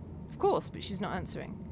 She's probably having fun and forgot the time. I would say an hour isn't a huge issue. I don't think I would panic about an hour. I'd start worrying a little bit. I'd be like, she's late. Try calling her and stuff. But I don't think I'd be in mass panic mode if my teenage daughter was an hour late home from a party. But why won't she pick up? It's not like her. Maybe the music's too loud. I'm sure she'll come home when she realises you tried to reach her. She won't want you to worry for too long. Alright. Hey Neil. You want to swing by for a glass of wine? I'm on the train right now on my way back from work and I'm pretty tired. Is it okay if I swing by spontaneously? Oh yeah, of course. I'm sitting here waiting anyway. I'm too tired to come. If I'm too tired to come and she's still not there in an hour, give me a call, okay? Okay. Yeah, 2 hours I'd maybe start worrying a bit more. I also think it depends on the teenager. Like, if the teenager's normally very good at keeping you updated and being on time and stuff, then I'd be more worried than if they're a bit useless with stuff like that. Oh, I can run now.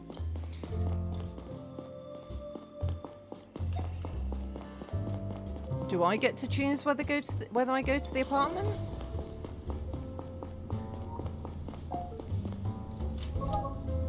Yes, I do.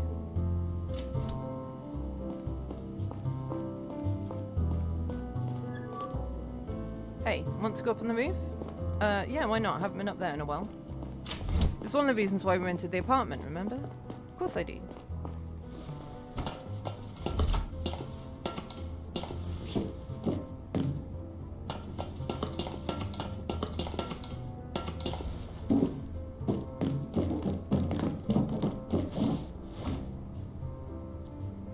Getting excited about things is so easy when you're 24.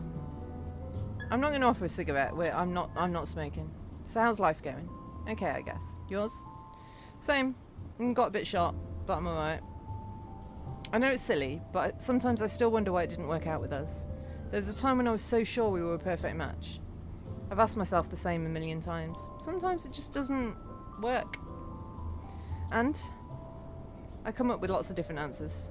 We were too young for a kid, I was too focused on my new job, our place was too small. Maybe you just weren't a match. Maybe you just weren't right for each other. Maybe you changed over time. People change over time.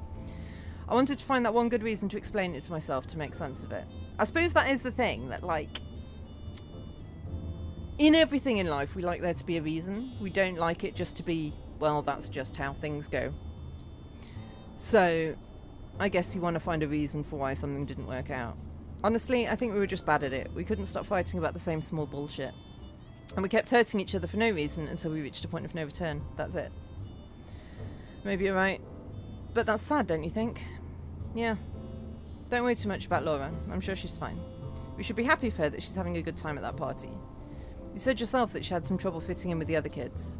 Yeah, I know. It's just, I think about that shit I did when I was her age. It's probably why I worry so much about it. Yeah, but you're okay, right? You did all that shit, and you're okay. So, give her a bit of leeway. Yeah, you turned out okay. I'm sure Laura will too. She's smart.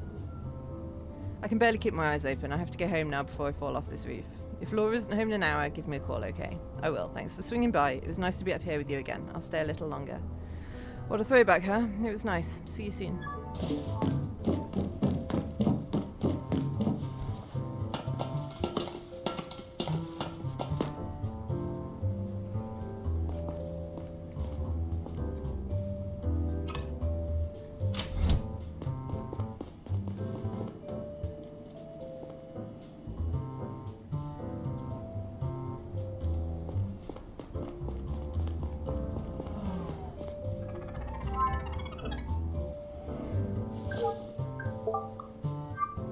As previously reported, Drovian Foreign Minister Joseph Benny was shot dead by an unknown assassin last night at around 1:30. Attorney General Emilia Thorne announced this morning that the CDI had already arrested the suspected killer but did not elaborate on his identity or motives. Liam Campbell, chief of the CDI's Terror Prevention Unit, which was in large part responsible for Benny's visit during the stay, is expected to make a statement of his own later today. Daniel Marav, Saviant Prime Minister of Drovia's colonial government, called the murder an extraordinary failure of the Garian state, adding that it was a scandal that Drovian politicians have to fear for their lives on Garian soil. Drovia today has already spoken to two key witnesses, Mr. Banny's personal bodyguards, Carl Smith and Lisa Morton. They were both present at the villa at the time of his murder. Both are reported to have been treated respectfully by the CDI. I did treat them respectfully. And that the Garian authorities showed genuine concern and professionalism in the matter. I knew that was a good idea. I bet things would have gone a bit to shit if I hadn't done that. Because I had the option to not do that. Whoops.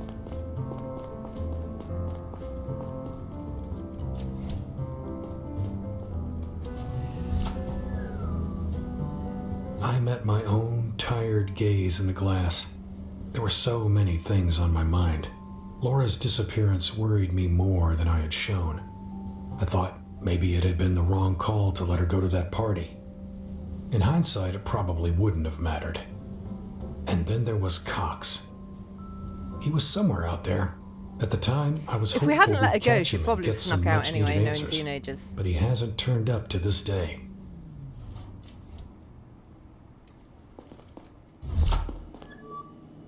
Welcome home, Mr. Conrad. Your visitor is waiting inside. Visitor? I'm not expecting anyone. Who is it? Your visitor is ID unknown. What the... I didn't tell you that I was expecting someone. Why did you let them in? I'm sorry, I did not understand the question. Stupid fucking thing. I'll see for myself.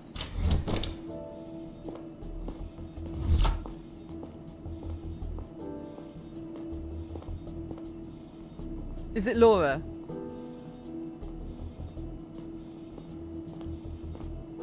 Is that Laura? You can put that gun away. Who are you? You got a nice place up here. Or is it Zora? They pay you well. Show me your face. Turn around. Okay. Lila? Who? Oh, right, my face. I don't like it, to be honest. Yeah, it's Zora. Wait, it's you. You're the one who assaulted Lila. I'm Zora. Nice to meet you. Slowly put your hands up. I'm here to talk. Put your hands up or I'll be forced to shoot. Nobody's forcing you to do anything. You can make your own decision. Put your hands up now. Can we skip this part, please, and get to the bit where we talk? I'll count to 3. 1. I've already been shot once today. Stop. 2. We have your daughter. I should have led with that. You what? We took your daughter, Laura. No, you're full of shit. You can ask your ex. She's not at home. Where is she? She's safe with us. You work for the Liberators, right? I have a record of your conversation with the man who shot Banny. Is stealing little girls really how they're trying to stand up for their ideals? I mean, she's not really a little girl if she's 14. You'd have to ask them. I don't know or care what they believe in. We're just getting paid. Or rather, we were supposed to, but then you showed up and botched the final step of the plan. Who's we? The kind of people you call when you want a foreign minister dead. So you mercenaries, what do you call yourselves? Wouldn't help you even if I told you. And stealing the chief's data was part of your contract with the Liberators. So you pieced that together already, yes. What was on that stick that made it so important? She's not going to know, is she? Wait, you don't know either? I thought you had the drive. I don't think I'll get my hands on it anytime soon. Who has it then if you don't? My superiors, if it still exists at all. That complicates things. I guess we'll have to move on to plan B right away. Oh, that's why she stole Laura, because she wanted the drive. Since the handover went south, the Liberators refused to pay us. We need that data to get our money after all. This is where you come in.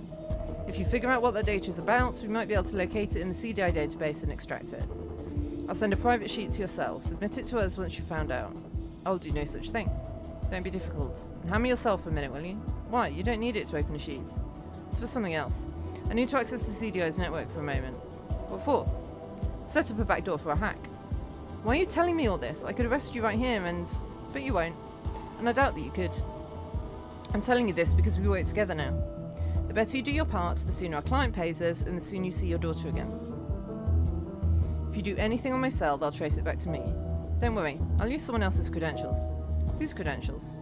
Doesn't matter. Give me your cell. At least tell me who I'd be throwing under the bus. Gary Long. What? No. His job means everything to him. Is that really more important to you than Laura's safety? Come on, she's your only bargaining chip. I'll try to find out what that data was about. That's got to count for something. You're definitely not increasing her chances if you don't cooperate now. What do I do? What do I do? What do I do? What do I do? What do I do? What do I do? What do I do? What do I do? What do I do? What do I do? No. I'm a good cop. I can't do it. I don't think you understand the severity of the situation. If you harm her, I won't do anything for you. Neil, many people in the CDI have kids. You're a monster. This is not my call. Just give me your cell. Fuck.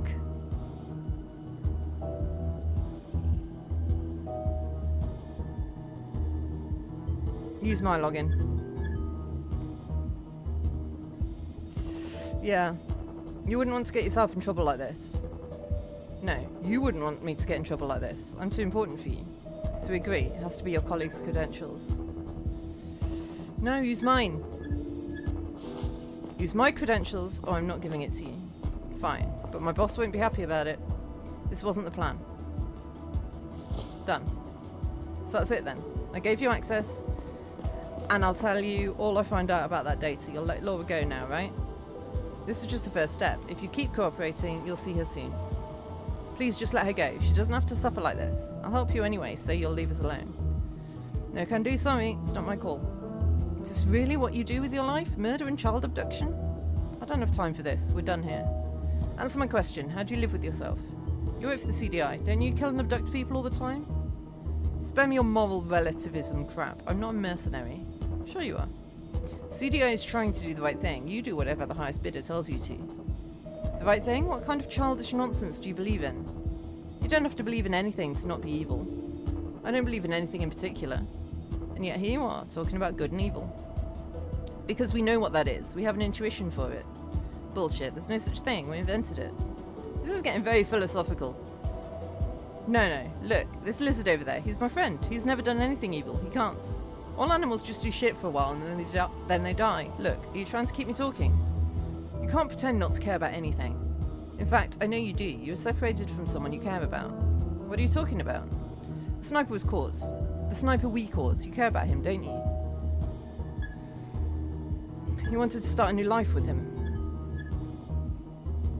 That's none of your business. But it's funny you mention him. Thanks to you and your colleagues, I won't ever see him again. Didn't you just tell me it was bad to put people away against their will? My daughter harmed nobody. Your friend killed someone and might start a war. Maybe we can make a trade. What trade? Don't try to fuck with me. I know he's never getting out of there. Probably not, but I could deliver a message. What do you want in return? Promise me to keep Laura safe. Promise that I'll get her back when this is over. That depends on your actions, but I can promise that we'll actually let her go if you work with us. Alright, what's your message? Tell him the moon rises in the south. Okay. I'll be back with more instructions.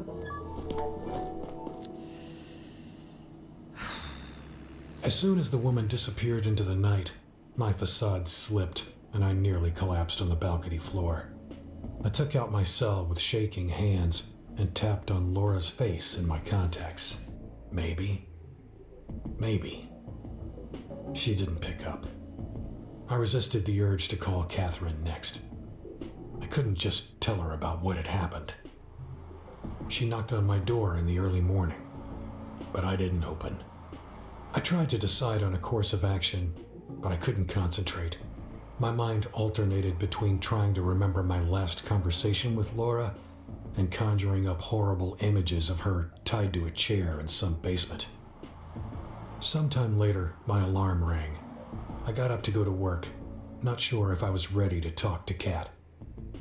I must have stood outside her apartment for a few minutes when I finally made a decision. We need to talk to her, obviously.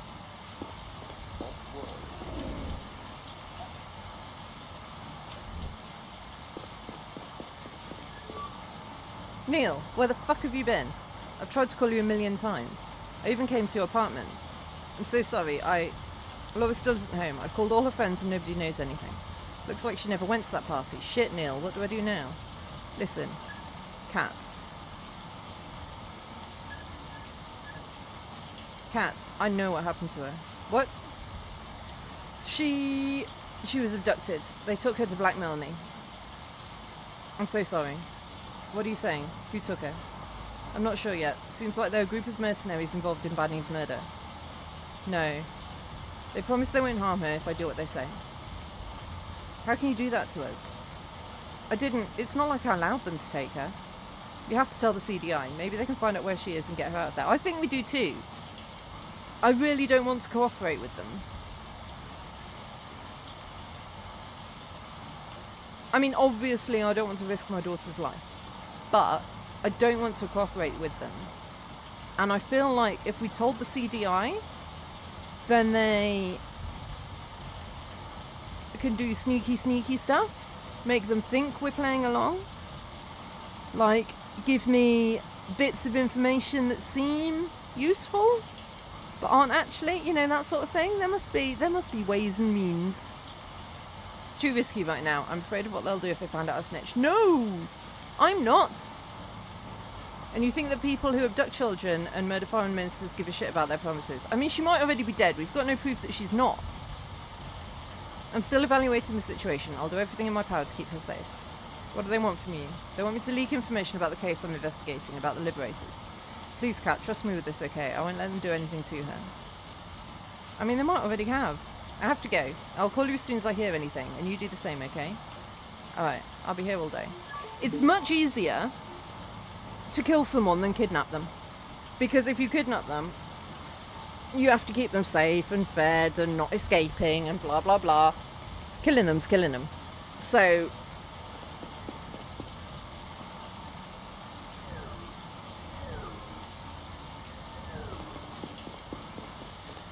my instinct would definitely be tell my boss.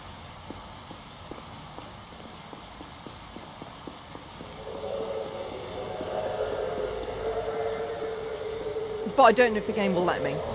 If the game will let me, that's what I'm doing.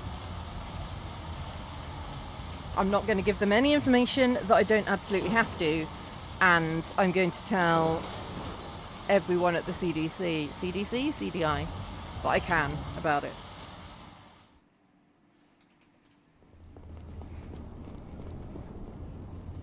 No, they've given us no good reasons to trust them. We haven't seen any evidence that she's alive. If we'd been allowed to call her, then maybe that'd be a thing. But yeah, I don't know. I'm kind of working on the assumption that it's already all gone to shit. Oh yeah, I'm going to give the message to the sniper. Because I don't know how that would hurt. Who is this? Dad. Oh, okay. Okay, that's Laura. Laura, where are you? Why didn't you let them use the login they wanted? Please, Dad, they're going to hurt me if you don't listen to them. You need to get me out of here. They swear they'll let me go if you do what they ask. I know how important your job is to you, Laura. But how bad can the things be that they're asking you? Please, I want to finish my novel. Laura, listen to me. I'll get you out of there. Stay calm and do what they say. I have this under control. We'll see each other soon. I need to go.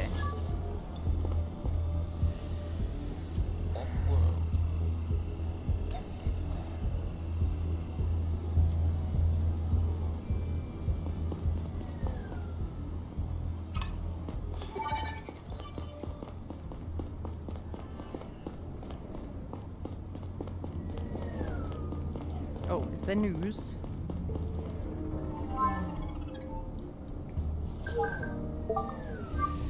Less than 24 hours after Banny's death, an organisation calling itself the Liberators has claimed responsibility for the attack. It was a scene right out of a movie with screens all over the Capitol playing their radical message. If you weren't there, this is what they said.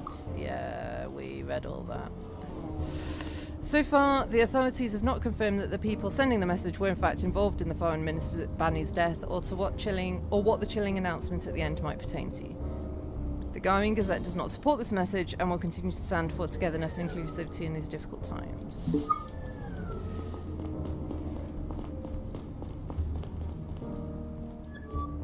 Morning, comrade. You look pale. Are you sick? No, I'm fine. Hope you got some rest after yesterday's incident. Let me bring you up to speed. The chief said he's making some announcement this morning. Didn't sound good at all, but we'll see in a few minutes. We're running a planet-wide search for Cox, but he didn't turn up yet. Still can't believe that fucker got away.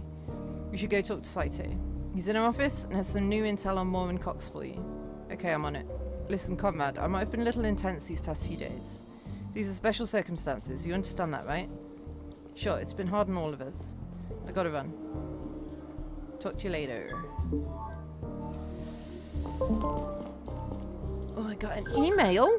Who's sending me email? Dear Mr. Conrad, we've found 244 new offers fitting your search criteria, and in a few clicks, you can make your dream home a reality. Take a look today. I want to be on Gara in the centre, layer higher, highest, luxurious. Your search has been running for 126 days.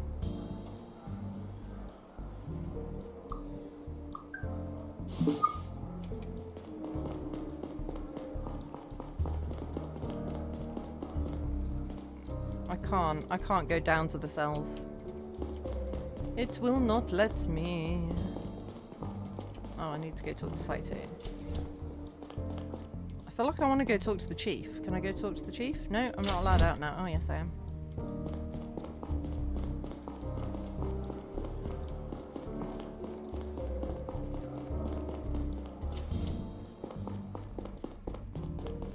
Oh, he's upstairs. Oh, he's upstairs with what's-her-face. Ooh.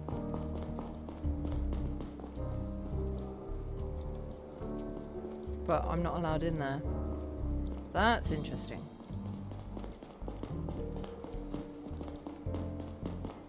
I guess I'll go and talk to them later, after I've talked to Saito.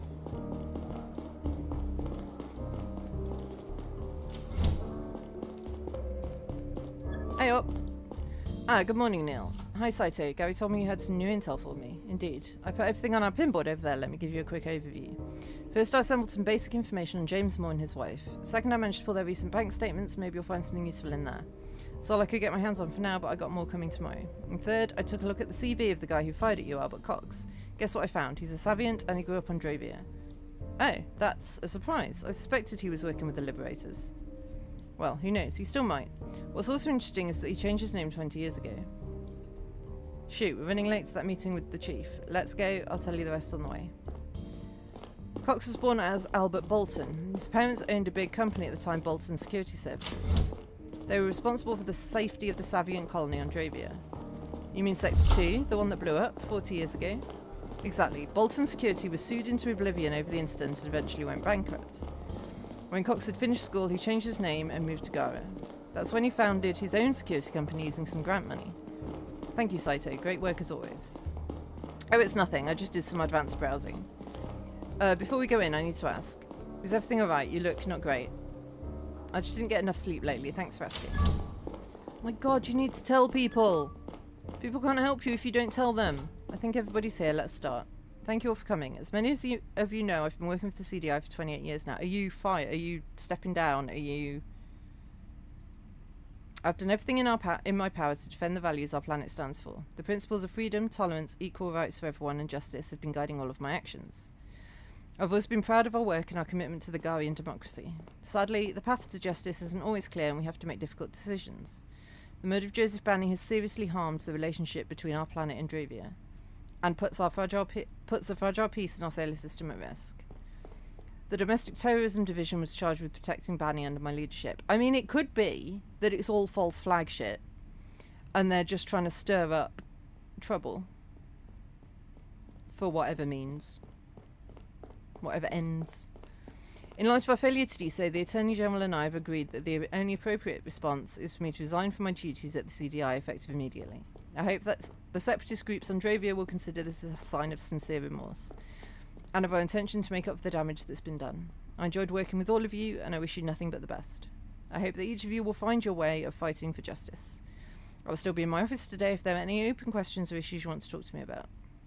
My successor will be announced by the Attorney General in the near future. Ooh, it might be me.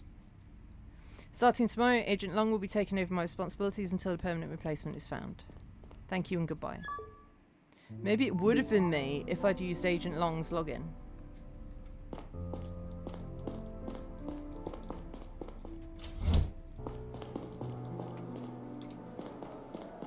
Because maybe that would have come out at some point.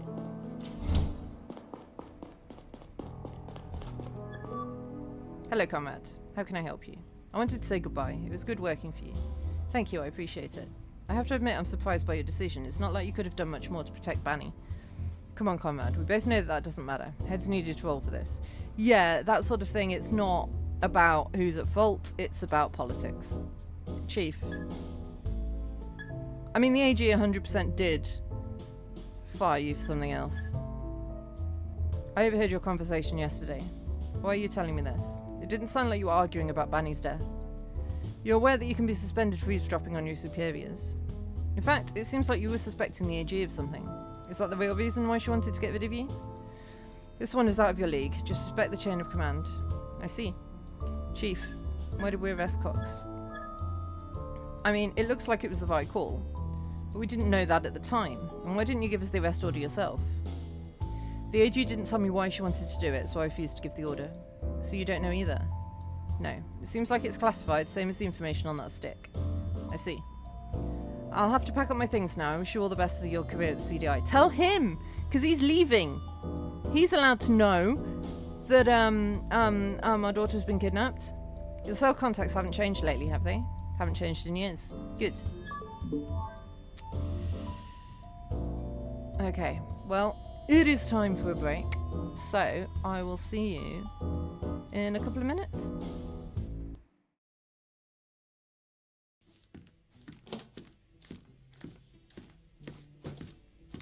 Where is he?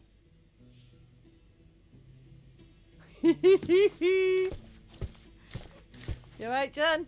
John has wares if you have coin.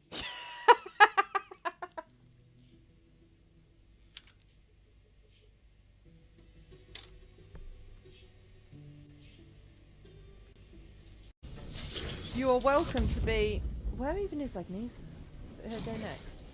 You're welcome to be any. Death's close at hand. Well, yeah, quite. Where are we? Can I just steal some stuff? We're like 3 floors down.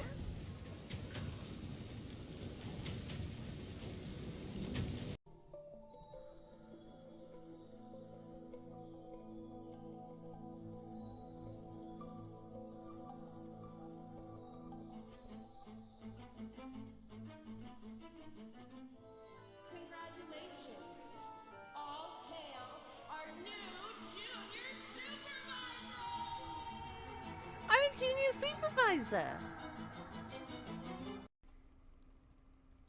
Guess who's back? Back again. Catherick Thorn. Tell your friends.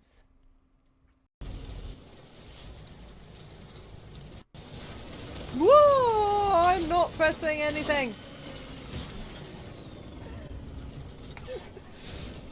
Literally not pressing anything.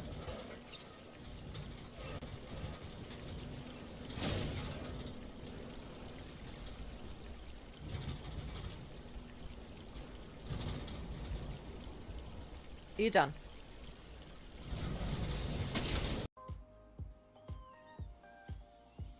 Liquid who's it now?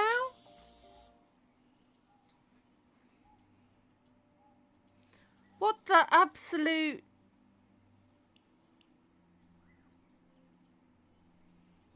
What the hell's heavy water? Why are we not eating the nachos? In the closet. Don't think I know what that is.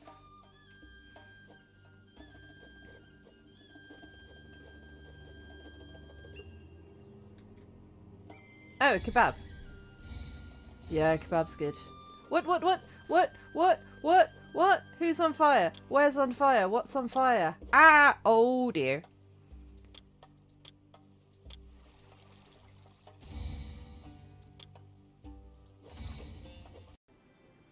But bye! Bye now, this is really sad. Oh, I'm crying.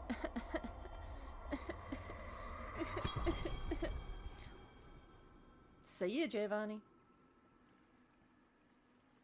Didn't do any of it. Hello.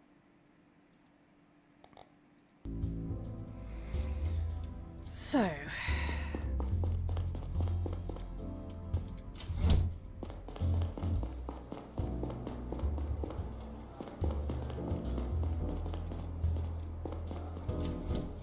need to look at the pin board. No, I can't look at the pin board.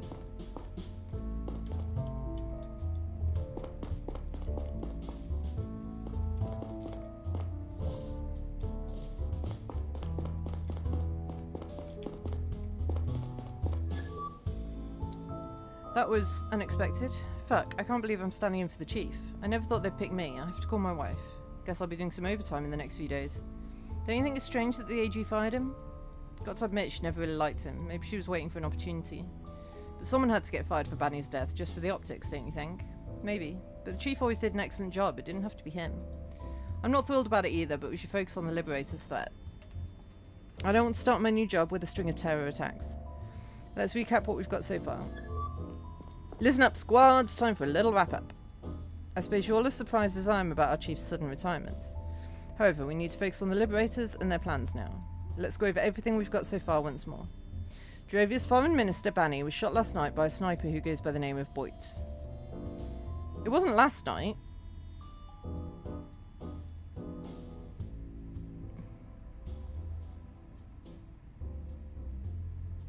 Wasn't it the night before last? I don't know how time is working in this game. Boit then went to see a woman called Zora, which seems to have been a deviation from their original plan. He convinced her to hand him a stick with confidential stolen data. The next morning, Boit met another man to hand him that data. Abraham Gonzalez, CEO of the Drovian company Power Up. We were able to extract a deleted message from Gonzalez's cell which proves that someone paid him to fetch the stick and send the data to an unknown address once he was outside the Garian network. This leads us to believe that the data cannot be sent unnoticed via the web, which applies only to the best-kept secrets of Garian governments. We don't know who paid either of them. But the message to Gonzalez was sent via an encrypted network, an encrypted channel on the Mercurius network. That means it must be one of the higher-ups of a large publicly traded company. We don't know what was on the data stick because we haven't been cleared for access yet. Yesterday morning, an anti-Savient terror group calling themselves the Liberators publicly broadcast a video in which they claimed responsibility for Banny's murder. They also announced a second attack within 48 hours. Their broadcast was sent from the AdSpot building. They operate all the billboards across the city. At the time the video started, the building was being guarded by a Cox security employee. We have reason to believe that the perpetrator was another employee of that same company, James Moore. His wife says that he went on holiday at Manami Tree Resorts, but he never turned up there. Okay, so we know he wasn't there.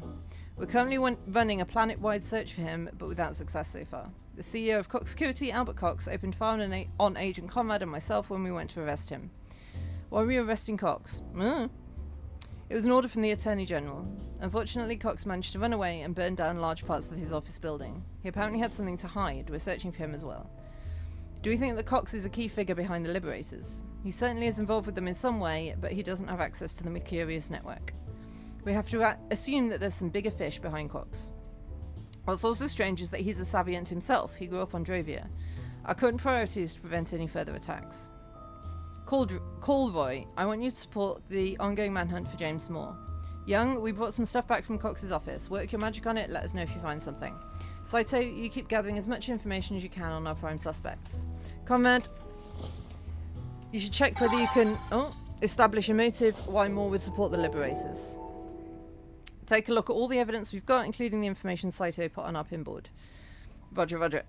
We also brought our sniper in for a second round of questioning. You could give it another try, see if you can get something out of him. Gonzalez surrounded himself with lawyers. Could be a while until we can interrogate him again.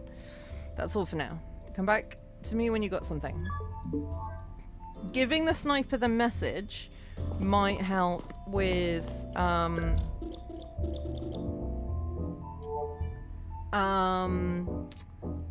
hello. Might help with getting information out of him. Okay, so this is the bank statement of the dude who shot us, right? Is it?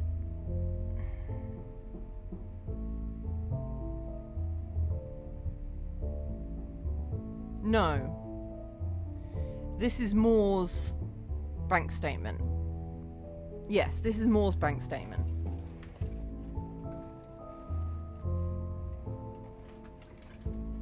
Okay, so he's getting compensation from them, I guess, for when he went to prison. He's getting the subscription monies. His wife may or may not be pregnant. He got paid a hell of a lot of money from Cox Security Services, so he was ordered by Cox to do the thing. Clearly. And the reason he needs to do it is to afford his wife's medication.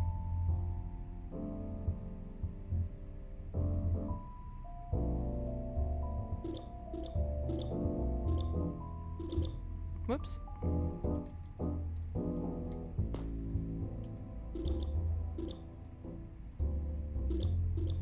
No, what? This is Evelyn Moore. Yeah, so she used to work for the mining place.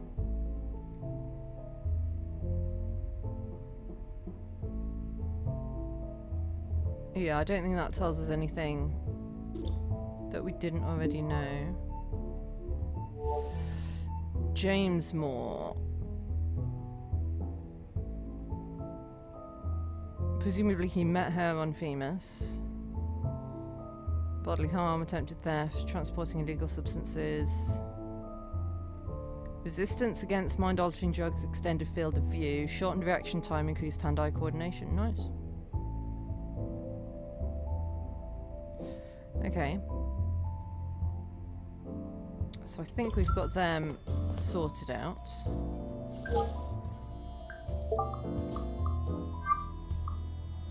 The data is about the something that took place on something.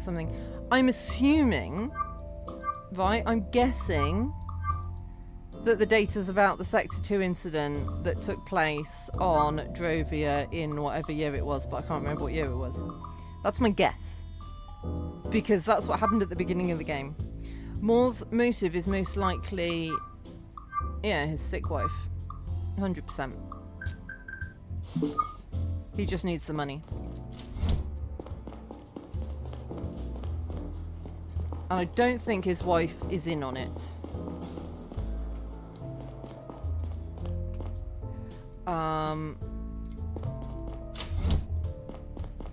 Hello.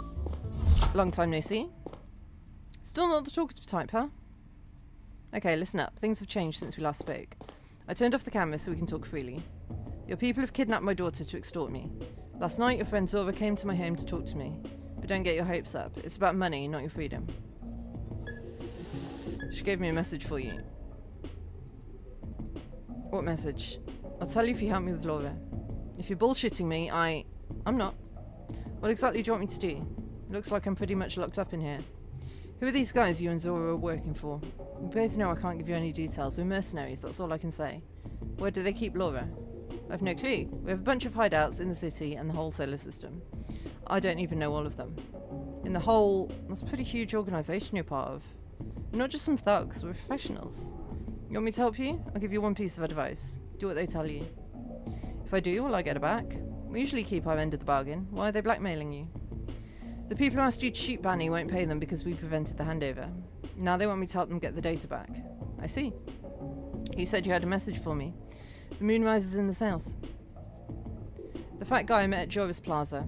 He was pretty sure he got his assignment from someone in the Tillanian business. You mean Gonzalez, the man you bought the storage module? If that's his name. Maybe that'll help you somehow.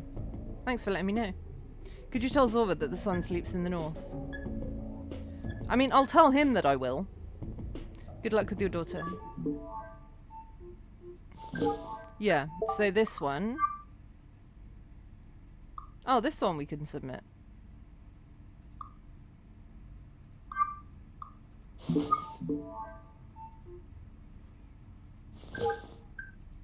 I thought we'd be able to submit this one now.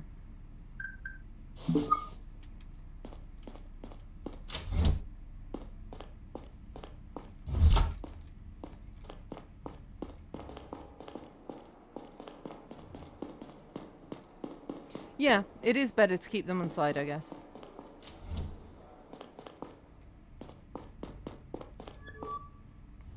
But I do not like doing what they want. I just don't like it. Comrade, I just read your sheet on Moore. Looks like a motive can be established. You should pay his wife another visit. She didn't seem to know anything yesterday. Maybe she'll tell you more if you confront her with her husband's motive. Roger, roger. See you there.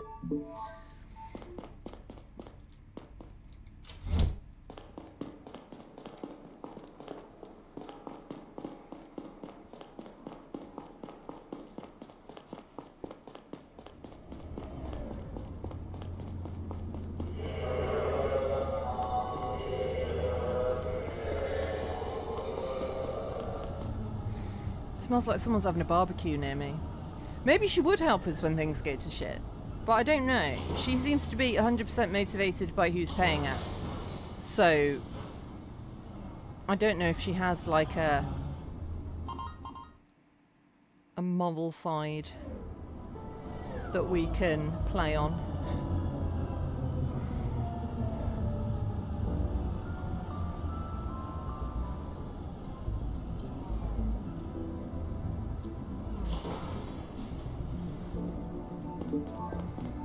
Once again enveloped by the smell of the market, I thought back to the man I had been when Kat had brought me here.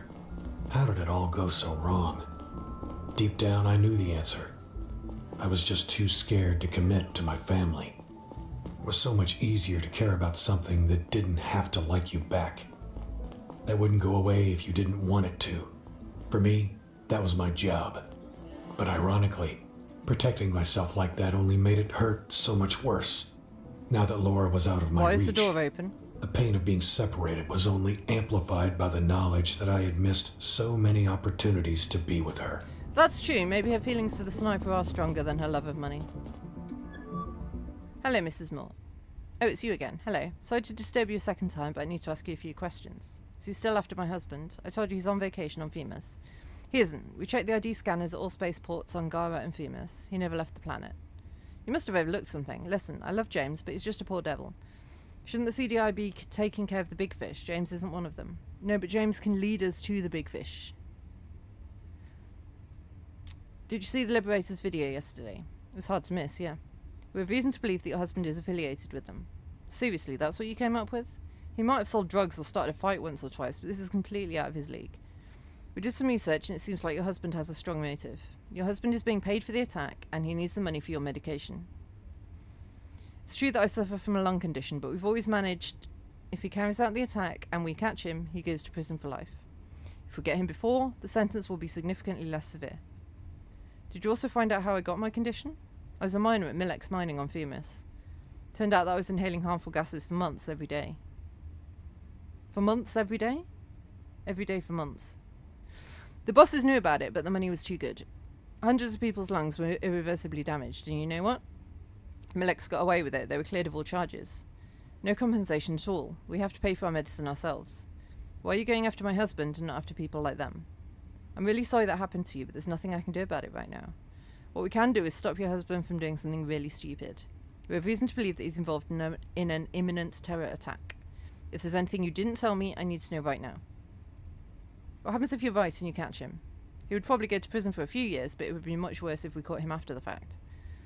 I saw a message on his cell before he left. It was a booking confirmation from a hotel, but it wasn't on Femus. It was the Korean hotel here on Gara. I thought he might be cheating on me. He booked it until tomorrow. Thank you, Mrs. Moore. You've been very helpful. Promise me he won't get hurt. He's an idiot, but he's a good guy. Please, I need him. I mean, I'll do my best. Listen, I'm pregnant. If he's about to do something stupid, remind him of our unborn son. That will make him consider his decisions. I will. Thank you for your help.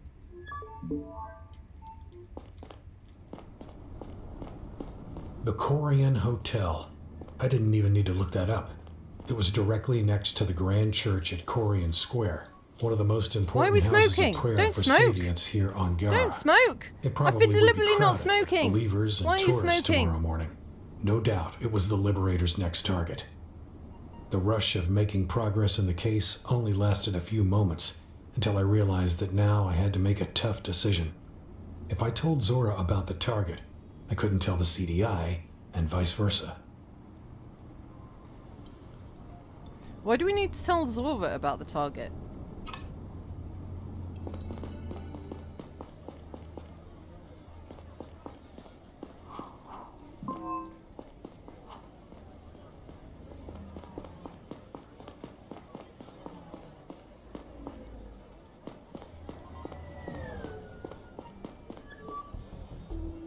Hey!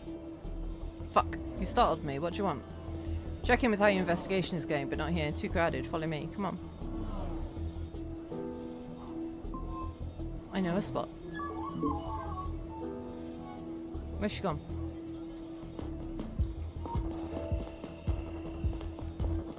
Where's she gone?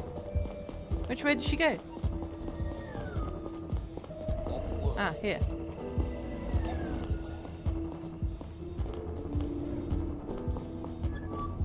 This is better. What the hell are you doing here? You following me? Told you I'd get back to you. Anything knowing our client or what they're planning to do? Next? No. Not yet. I'm still working on it. You sure there's nothing you want to tell me? I'm sure. That's disappointing. I need some results if I'm going to protect your daughter. We're making good progress. I'll have something for you soon, okay? I hope so. You want a beer? Sure. A beer? Yeah, business talk is over. Are you calling destroying my life a business? I guess so. Hey, listen. Did you deliver my message? I did. What did he say? He said the sun sleeps in the north. Okay, thank you. What's it mean? Is it code for something? No, it's from when we were kids. I've known him for a long time. You know, I thought about what you said. I don't think I'm good, or ever have been, but I will say this. I talked to your daughter today. She's a good kid. I do not like the prospect of her getting hurt. Yes! So please, don't mess up. How can you then get her out of there, please? Will Oh, ho, ho, hello! My boss won't let that happen. It's all in your hands. If you don't find anything about their next target soon, we'll need your help with the hack. The back door was set up successfully from your cell. Let's hope we won't have to use it. I have to admit, it was pretty ballsy of you to protect your partner like that. You could even call it selfless. I don't think there is such a thing. No matter what you tell yourself, at the end of the day, you do what you do for your own gain. Sometimes it's a few layers removed, but in the end, it's all selfishness with extra steps. I mean, it is. It always is. Like, even if you're doing something to help someone else, you do it to make yourself feel good, right? Everything's selfishness. Like, we want to help our daughter because we love our daughter, because we love our daughter. Like, it's all selfishness in the end. Alright, K-Wolf, thanks for stopping by. See you next time. That doesn't make all actions morally equivalent. I thought I didn't need morals. You don't need beliefs. You're born with morals. They can be removed from you throughout your life. Hate is something you learn. But even you don't like the thought of harming Laura, do you? I think you're doing your best to ignore your conscience. You'll have to face it at some point. Not if I die first. Well, this has been fun. Break is over. I have some business to take care of. I'll check in again soon. Okay. Cool, that's good.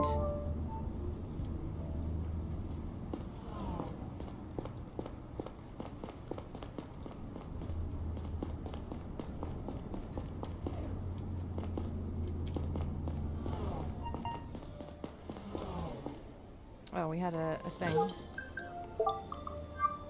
Hello, this is Ed, the guy from the harbour. Wanted to thank you again for buying me a spot back. Had a beer in the Herring tonight with my friends Fred and Quinn. I'll buy you one too if you're ever in the harbour, Ed.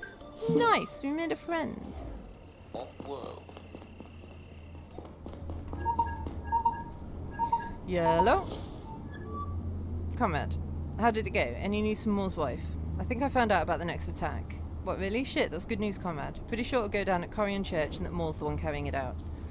A Savient Church, huh? Sounds like a match. I'll send the message to our squads. They have to prepare an intervention unit as soon as possible. I'll meet you at the church. Talk to you later.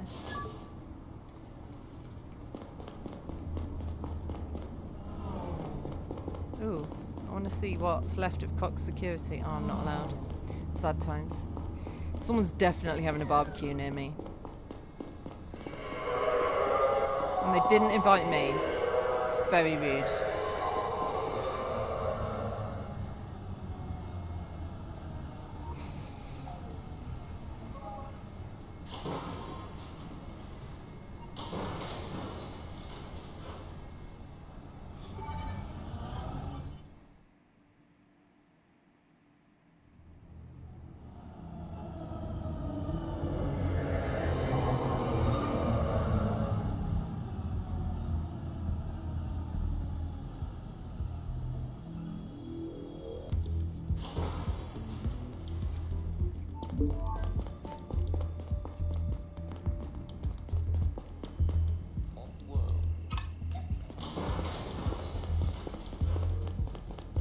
No news.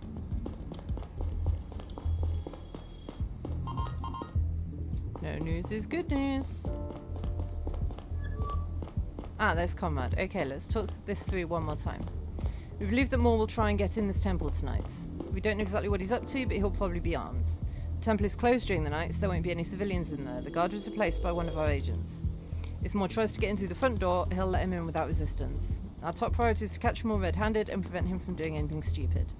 Deadly fire is authorized. But we should do everything to get him alive. Maybe he has some helpful intel for us. Yeah, alive's always better. Hey, Comrade, you looked into Moore. If we confront him, you'll do the talking. Be careful, everyone. As I said, we don't know exactly what we're dealing with. There are agents dispersed all around the square. If Moore tries to run, Gary, we just saw the target sneak in through the back door of the temple. He's carrying a package. We couldn't see any details, but it could very well be explosives. Right, guys, it's on. Let's do this. Comrade, take the lead. Sure, boss.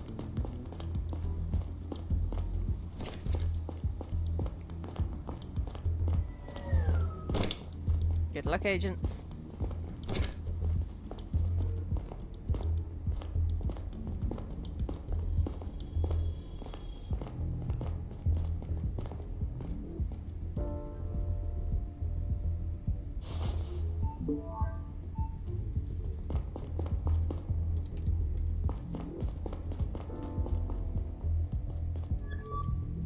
Looks like nobody's home. The staircase back here, let's check it out. Kumar, you come with us. The rest of you stay here. If you hear a commotion, come back us up.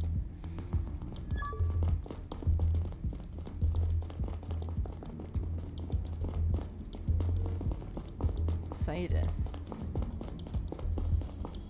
Fuck Savians.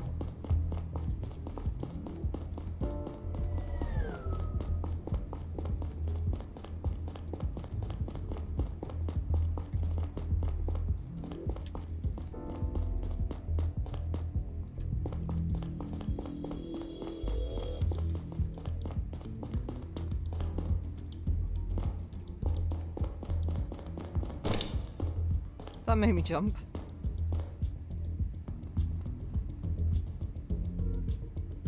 What's he doing? Mr. Moore, this is the CDI. The building is surrounded. Slowly raise your hands. What? Shit, what do you want from me? I didn't do anything. This is over, Mr. Moore. I need you to raise your hands now. I have a bomb here. If you come any closer, I'll pull the trigger. You'll be shot before you move your finger. Your only chance to make it out of here alive is to cooperate. Listen, I'm just following orders. This is your last chance to comply. Drop the bomb or we'll open... don't drop the bomb. Place the bomb down gently. Stay away from me or I'll blow us all up. Think of your unborn child. I'm sure you want to meet your child one day. How do you know? Did she tell you? If you don't want your kid to grow up without a father, you'll have to drop the bomb now. Don't drop the bomb. Gently place the bomb down. Thank you. You did the right thing. Very good. Turn around so we can cuff you. Take it easy. We'll accompany you to our HQ. Yeah, I did a good.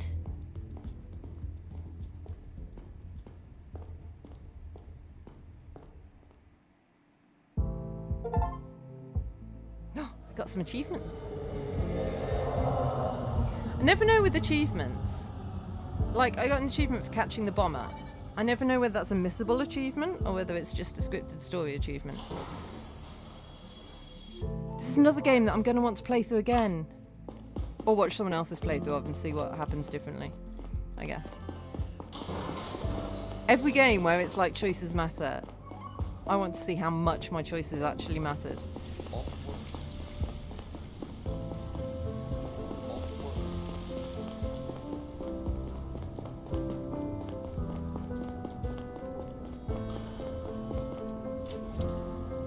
Go see the wife, ex-wife.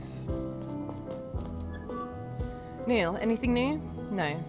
Shit, I'm so scared. What if the people are lying to you? What if they never planned on letting her go? I've talked to them. They assured me they're only after the data. They'll keep their word, okay? Tell you what, if we don't have her back tomorrow, I'll come clean and ask the CDI for help. Okay, yeah, okay, that sounds good. Hey Neil, I'm glad I'm not alone in this. Same. I kind of missed talking to you these last few years. I'm so sorry I didn't spend more time with you and Laura. I just couldn't. It hurt. I know how selfish that sounds, and it is. It sucks. No, I understand. I can relate. I always asked you to take care of Laura more, but sometimes I felt like doing it myself was easier than seeing you again and again. Hug her. You can hug and it not be romantic.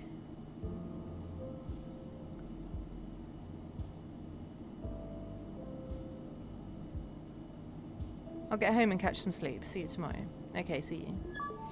Like, I know a lot of people don't think this, but I 100% think that exes can stay friends. You just have to be open and honest with everybody about everything.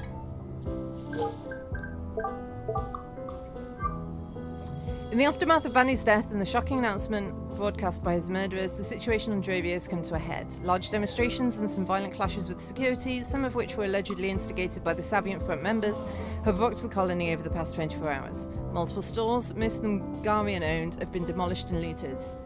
Demolished? Protesters were holding signs demanding Drovian self-governance. Others warned of repercussions for Garian ministers. In a statement this afternoon, Prime Minister Marav ordered the protesters to refrain from violence, but also assured them that Gara would see severe consequences for what transpired. Meanwhile, Garian Savient Council and President Robertson to do everything in his power to prevent any further attacks and anything else that could escalate the situation. Savients on Gara are fearing for their lives, their spokesman Ivan Broker said. We have heard many reports of people staying home instead of going to school or work because they're terrified. Gara's authorities and terrorism experts seem baffled by the Liberators' sudden emergence. They came out of nowhere. Professor Melissa Wellard, expert on political extremism at Melee University. They did not emerge from an existing known movement, which is very rare and frankly strange. It is strange. I don't know exactly what they're up to.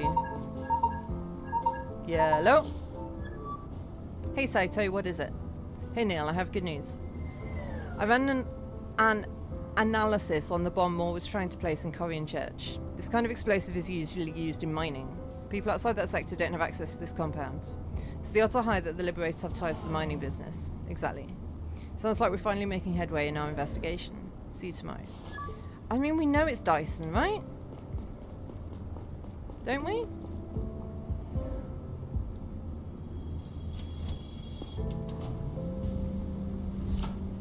You may be asking yourself how I remained functional throughout all of this. How I didn't just collapse under the pressure and the looming prospect of losing my daughter forever.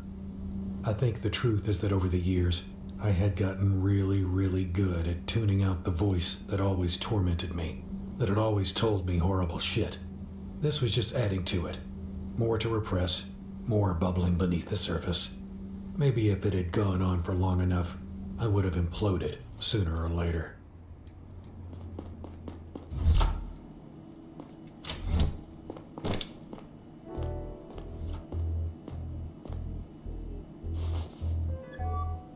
There you are.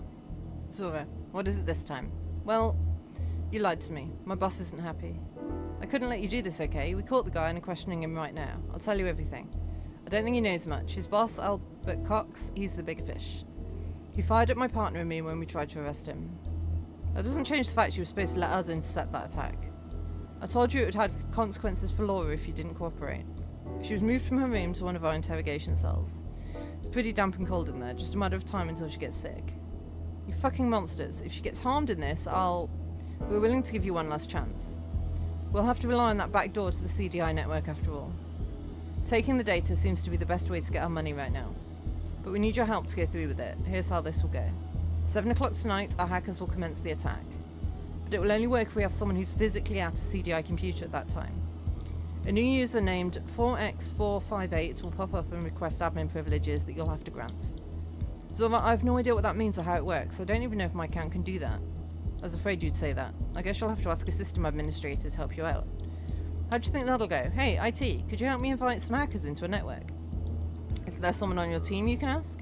Someone who'll believe you if you tell them you're doing the right thing? You know. You're talking about Saito. I can't. What if he says no? That's for you to figure out. You're good with words. Force him if you have to. Once we're in, we won't have much time until we're kicked from the system automatically. We'll have mere seconds to navigate to the right folder. In order to make it in time, we need to have an idea where to find the data. For which, in turn, we'll have to know what that data is about, and that's your job to find out. How's that sheet going that I sent you? I'm making progress, but I'm not sure if I have all the information I need. Then hurry up. You'll have to submit it by 7 o'clock so we can start the hack.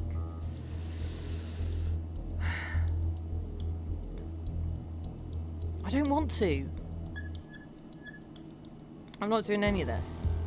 I'm not asking you this time. If you're not cooperating now, this is it for Laura. I'm sorry. I'll call you once you've sent me the sheet. Make sure you're on a CDI computer with your friend to let us in. Put the data on a stick, hand it to us at 11 tonight. I'm sending you the coordinates to our meeting spot. It's a bit further out, so make sure to be on your way in time. If we get the data tonight, I promise you'll have Laura back tomorrow. It will be the last thing we ask of you. How am I supposed to believe you'll let Laura go? You can't know. You'll have to take my word for it. If I drag Saito into it and he tells anyone I'll lose my job, I'll probably go to prison. Throw me a bone. I need to know she'll be fine if I do this. Tell me it makes a difference to you. It can't mean nothing to you to take a young life. It isn't up to me. You keep saying that, but isn't it, really? Do you have zero control over what happens? If you can do something, please, tell me it isn't all the same to you if she lives or dies. Do what I say and she'll live, okay? But what if things go south? If Saito won't help me? If we don't have the right folder? You keep dodging the question. Tell me a human life has some value to you. It would end at some point anyway. Oh, give me a break. Everything is so easy if nothing means anything. I put everything on the line to protect the life of a criminal. Letting Laura go unharmed will cost you nothing in comparison. Whatever. Your badge and your gun betray you. You're a murderer like me. You're wrong about that. There's only one person whose death I'm directly responsible for. And you know what? It fucks me up. It's been years and it still fucks me up. Is that so? I was chasing down a perp in a car, lost control and crashed into a building. The woman inside was dead on the spot, so quickly that she couldn't feel any pain or fear. That's what they said to me. And they didn't put you away for it? No, they didn't. Look, most people are garbage. There's a good chance the world is better off without her. What about you? How would you classify yourself then? Oh, definitely garbage. Wouldn't you agree that the world would be better off without most people in it? Human life is inherent value. And a bad person can always change. I've said what I came here to say. You know what needs to be done. I don't want to do it, though. Hey, Iris. Have some more food.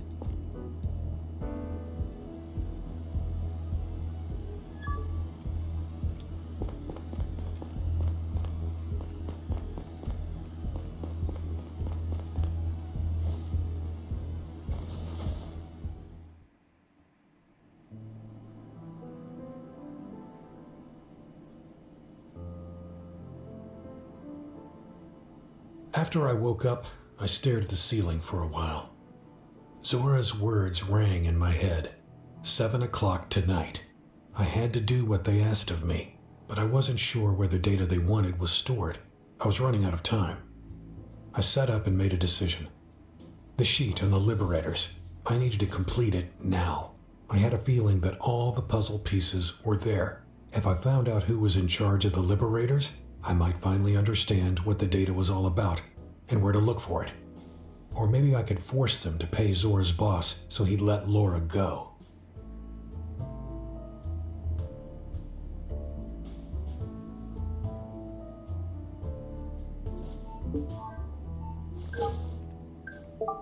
Okay, so the Liberators.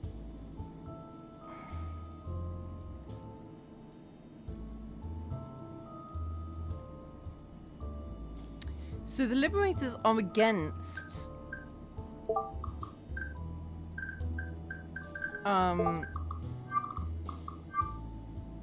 Dravian independence. So maybe it's not the people from Drovia, maybe it's...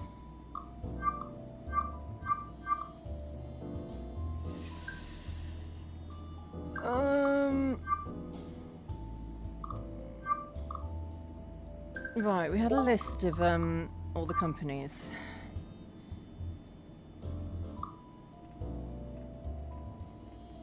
Could be Milex.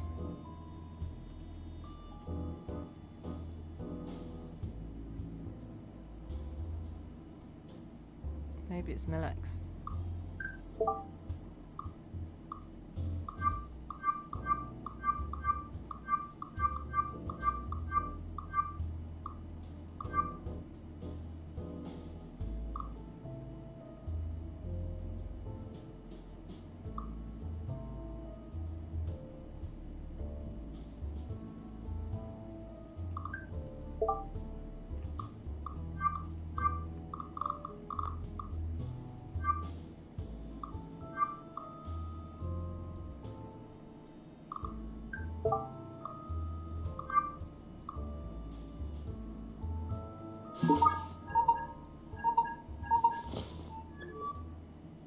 Comrade, ready to come back to HQ? We brought Morin for interrogation. You should have a chat with him. Listen, Gary, I think I know who is behind the Liberators. What, really? Yeah, I'll send you the name of the company. Good job, Comrade. I'll have the CEO arrested immediately. I'm on my way to HQ. See you in a bit. I don't know if I got that right.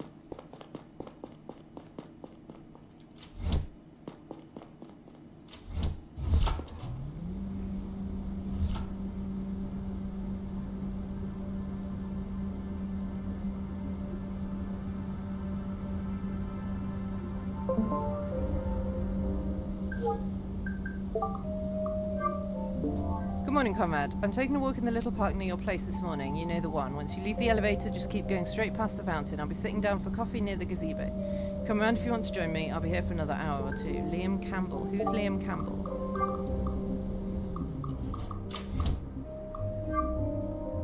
Ah, he's the head of the CDI. Okay, until he resigned. We'll go and have a chat to him.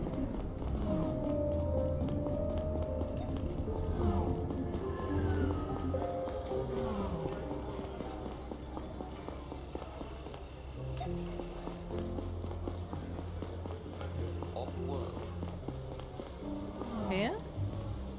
No? Here? No? Where did he say? Once you leave the elevator, keep going straight past the fountain. I'll be sitting down for coffee near the gazebo.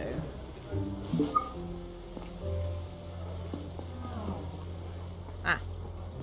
I thought that was the edge of the map. Morning, Chief. Morning, comrade. It's Campbell now. Right. You wanted to talk to me? I need you to give me a word that you won't tell anyone about our meeting today. Okay, you have my word. You're an excellent investigator, comrades. You found out that the sniper shot at Banny from the Sakura Hotel. You have a sharp mind. You identified the bartender at the hotel as the one who helped Diaz escape. You found the sniper's base in the harbour. That helped us track him down and retrace his escape. You figured out what Banny's murderer looked like. Thanks to that, we were able to catch him and his associate on Joris Plaza. And you determined who'd started the Liberators video ad spots. That's why we could go after Morton Cox so quickly. Do you know what makes you so good at your job? It's me and his brain! That's what makes him so good at his job. You question just about anything. In all my years at the CDI, I've never met a bigger skeptic than you. But that can also make your life harder if you want to climb the ranks at the CDI. However, if that doesn't concern you, you might want to have a closer look at the Sector 2 incidents. I don't know exactly what it is they're trying to hide, but the data they're so desperately protecting has something to do with it. Who? Who's hiding something? The AG for sure. Maybe just her. I think something happened back when she was director of the CDI. She's been acting strange. The sudden decision to arrest Cox when she heard his name was the last straw. One more thing, comrade. There was a security alert in the database. Oh yeah, because Cox's family were in charge of security for the Sector 2 incident. Some authorized connection from your cell. Whatever it was you were trying to do, I took the liberty of dismissing the alert. There's no more record of it. I have to go now. This will be the first evening without work I had in a while. Thank you for meeting me. Okay, so we know that it is to do with that.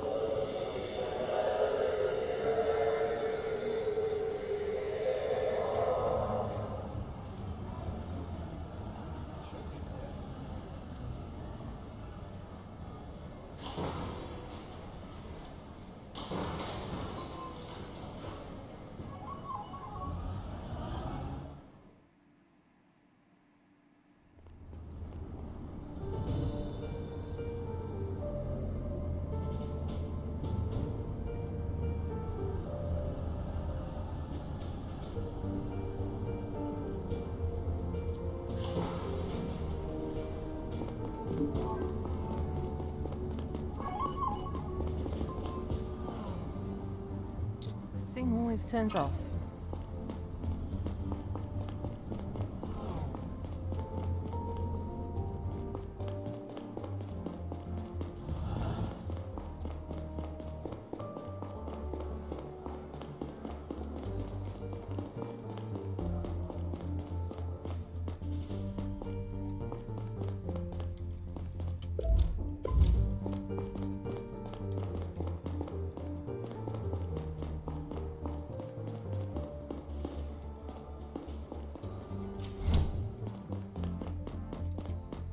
I don't know if Gary would be in the chief's office or not.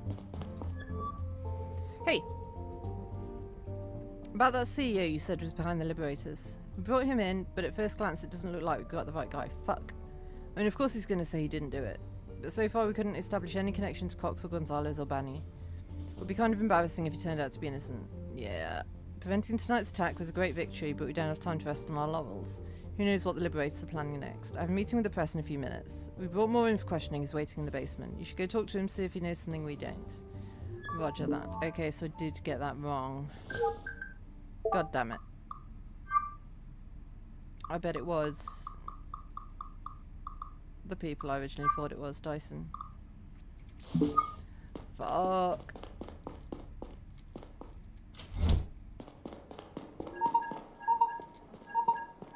Yeah, hello? This is Evelyn Moore. I heard about James. I'm glad he's alive. The fact that we caught him in time will certainly improve his chances in court. Yeah. It's not going to be easy, but it could have been so much worse. Thank you. I wish you good luck with your case. Well, that was nice.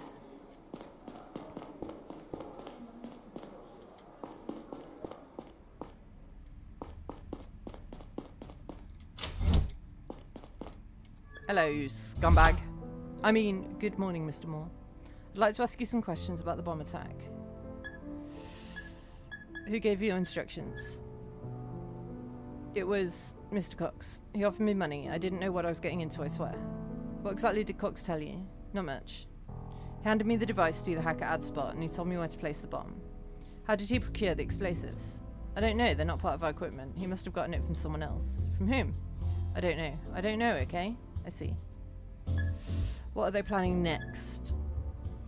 The Liberators? I don't know. You have to believe me. I didn't know this had anything to do with the Liberators. I was told the building would be empty when the bomb went off. Nobody was supposed to get hurt.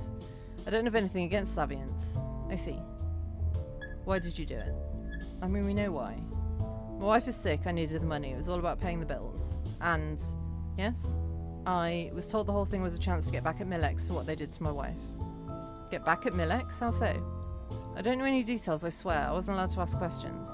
This is all... I'm so afraid that Evelyn will hate me. I see. That's all for now. What will happen to me now? That's for the judges to decide. You'll have to go to prison for a while, but the fact that you didn't carry out your attack will certainly reduce your penalty. Shit. I mean, it wasn't his choice that he didn't carry out the attack, was it? I was supposed to write a report on my findings in the Liberator's case, but I wasn't able to concentrate for even a second. First, I needed to wait for my colleagues to go home to be alone with Saito. He always worked late. But then what? What if he refused to help me? The idea of having to force him was devastating. He was my friend, after all. When I finally managed not to think about it anymore, a much more dire thought crept up on me. Laura might die tonight. And if she did, it would be my fault. No, it wouldn't. It would be the fault of the kidnappers. It'd be the fault of the people who kill her if she dies.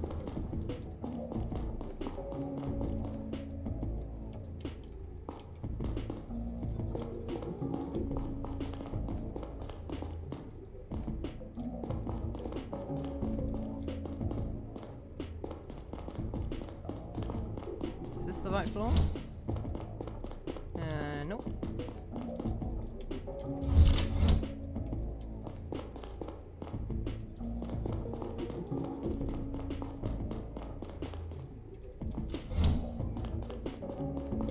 Nope.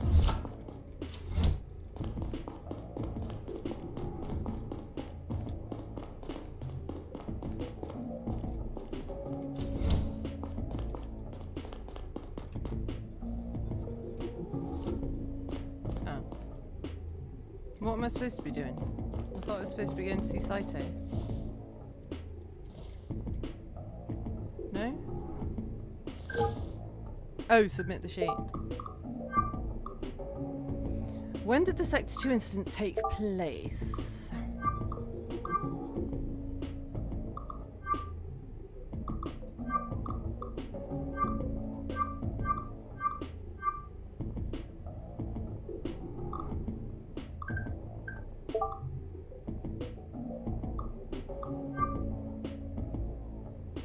It's the 40th anniversary, so it was in 1800.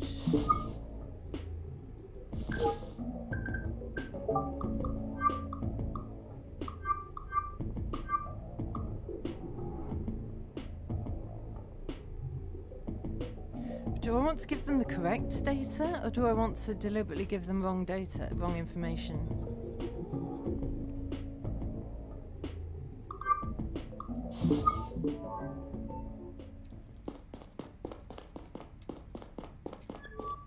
Hey, Saito. Neil, hey, you're waking late. Listen, there's something I need to talk to you about. Of course, what's the matter? Saito, I'm sorry. Sorry? For what? Is everything alright? No, it's not. My daughter.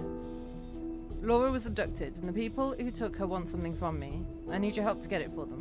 What? Laura was abducted? When? By whom? By a group of mercenaries. Shit, I'm so sorry, Neil. What's CDI's plan of action? The CDI? What do you think these people would do if I told the CDI about it? Wait, you didn't tell anyone else at the CDI? No, look, we don't have much time. The mercenaries want me to help them get the data back that they stole from the chief. They managed to create a backdoor to the CDI network. They can briefly alter the access rights to the folder they want from the CDI database. But they won't be able to retrieve it. That can only be done from a local computer. That's where you come in. You're a sysadmin, right? You have to grant their request for access to a specific folder you're not usually able to see. They'll pull all the data from that folder to your local drive. Put it on a stick, give it to me. They made it clear it was not to be sent over the web. Okay, listen, holy fuck. I'll bring them the data, then I'll get Laura back. Neil, you realise you can't trust those people, right? Why are you so convinced they'll hold up their end of the bargain? If you want to save Laura, you have to ask the higher-ups at the CDI for help. I don't know enough about these people. No chance the CDI would be able to track them down in time. The hack will go down in 5 minutes. If I don't hand them the data tonight, they might kill her. I have an idea. Once they open up the folder they're after, I might be able to locate the source of the back door. Oh yes, do that. We'll explain to the others what's going on, and we'll raid the location before the handover is scheduled. You'll have Laura back before they find out that we never went through with the hack. Do that, do that, do that. If we do it that way, do we still get to retrieve the data in the folder? We won't need it. But if you can't trace them and don't get the data, we have nothing. Fine, I'll accept the data transfer either way. I'll delete it if I'm able to trace the hack. Yes! Okay, you're right, let's tell the CDI. Okay, good, I'm glad you agree. I'll find out what the location is, and then we call Gary. What's this data anyway? Why do they want it? I'm not sure, I don't have time to explain. She's calling. Hey Neil, I got your sheet. All ready on your end? Yeah, we're ready. Good. We're searching that folder now, I'll tell you when you have access. Alright, there we are. You're good to go. Okay, I think Saito's retrieving the data. I got it. Good work. I'll see you at the handover. God damn, Neil. I got the location. Let's call Gary and the others. Thank you, Saito. Thank you so much. I'm calling Gary and the others. We have to prepare the raid and we have to do it quick. Hold on. Last thing. What is it? There's no time to lose.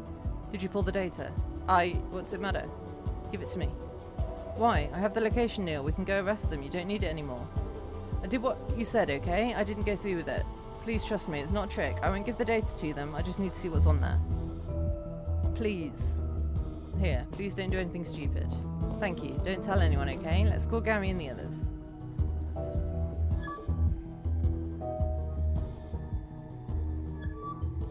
Let's see. I think I got the HQ. It's inside an industrial zone on the fringes of the city.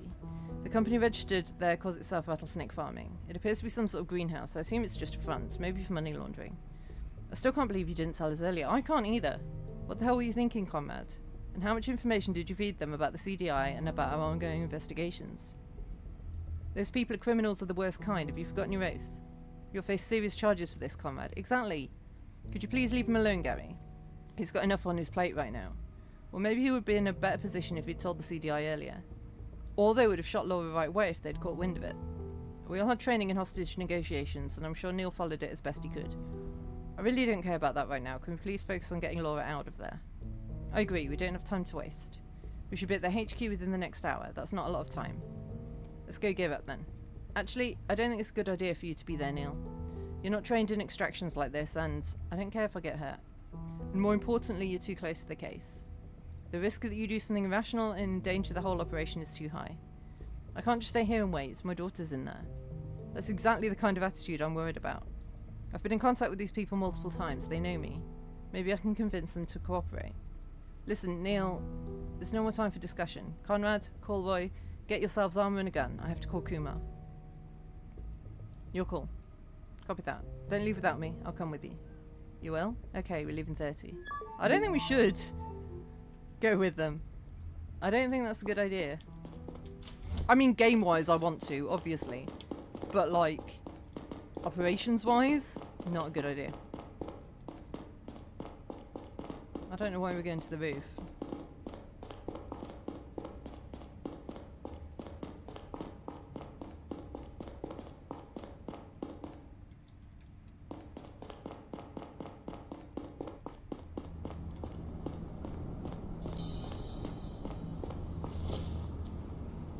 I inserted the stick into my cell and opened up the folder. My heart was pounding. For a moment, it looked like the data wouldn't load, but then the files started appearing on the screen. Dozens, maybe hundreds of documents, messages, pictures, and videos. They were decades old. Most of them dated 1799 or 1800. Their confidentiality level was one I'd never seen before. This was the type of data the Garian network would instantly pick up and trace, both to its receiver and back to its sender. It made sense to physically hand-deliver it if one wished to remain anonymous. I didn't know where to begin, so I opened up the very first file in the list, the oldest one, with shaking hands. It was a document sent from someone at the Department of Commerce to the director of the CDI at the time, Emilia Thorne, now Attorney General in charge of the Justice Department. My eyes widened as I skimmed over the paragraphs. When I was done reading the letter, I checked the time. 20 more minutes. I sat down and opened up the second one, then the third. As the conversation went on, a plan was hatched between a handful of politicians, special interest groups from the private sector, and high-ranking members of the CDI. I didn't recognize most of the names. Some might have been pseudonyms. I stopped looking at the files halfway through and let my head sink onto the backrest. Even though they had used very careful language at first, the goal and purpose of the operation were abundantly clear. And there we go. The failure of Sector 2 hadn't been an accident. Garians had plotted and engineered it to gain sole access to Drovia's resources, and given its strategic importance at the time, ultimately retained supremacy over the solar system. My head was spinning while I tried to figure out what all of it meant for the present, and for me. I had long doubted the integrity of the CDI. Was it still rotten to the core, or had things changed? I didn't know about any ongoing operations that were breaching interplanetary law, but then most agents at the time of the Sector 2 incident hadn't known either. And some of the things I did know about, I didn't want to think about them too much. Now what? On the one hand, the public had a right to know. The culprits had to be found and brought to justice. Reparations had to be paid to the affected families and businesses. On the other hand, if the truth came out, the liberators would win. Savient extremists might be emboldened enough to take control of the colony and declare independence. If that happened, Gara would send its ships, and New Joran might send theirs to back up their Savient brethren, and to finally gain access to the planet's Telenium, of course, if their side won. Hundreds might die, thousands even. Time was running out. I tapped the contact of a journalist I had met a while back. I still hadn't made a decision when I heard the dial tone. The data would probably go through if I decided to send it, but there was no way in hell it wouldn't be traced back to me. My heart was pounding so loudly in my ears that I almost didn't hear the voice on the other end.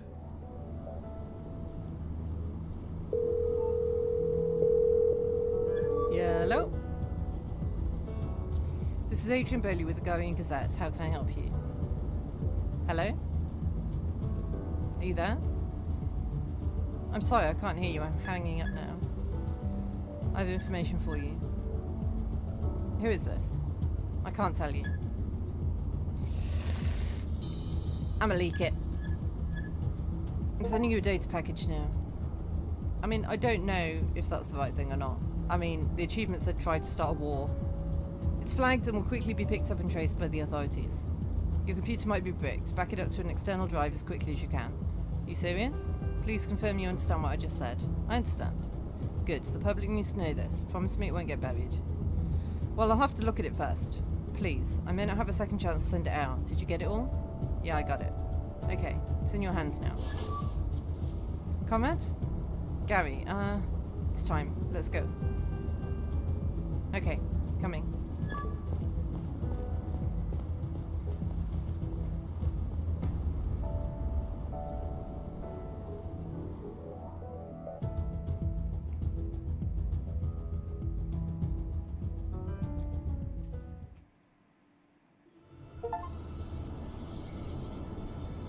I got an achievement for not doing any smoking.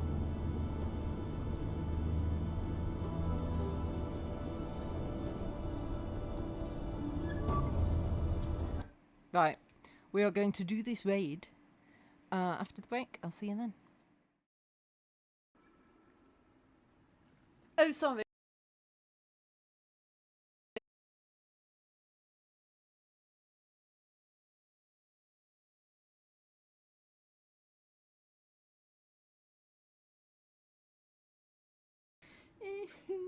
It's so sad. This game's really sad. It makes me cry.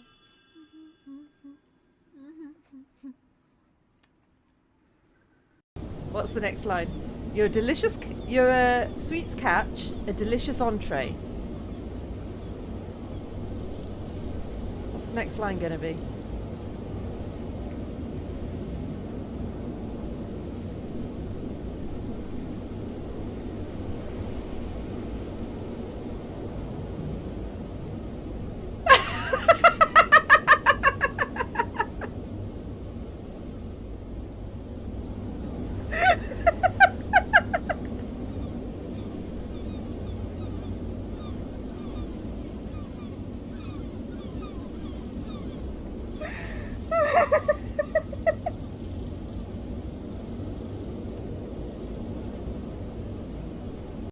What we're going to want to do is we're going to want to split the weight evenly between us and just separate, so that way if it gets one of us, very sad that I'm dead. we're not totally at a loss, you know? Oh. So, uh-oh. Hurry, Lilith. I just saw Lilith just fly across the background.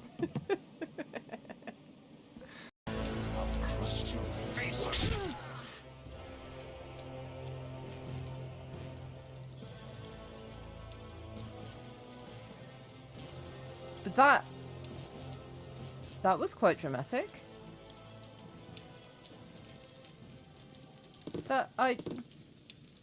Worry not.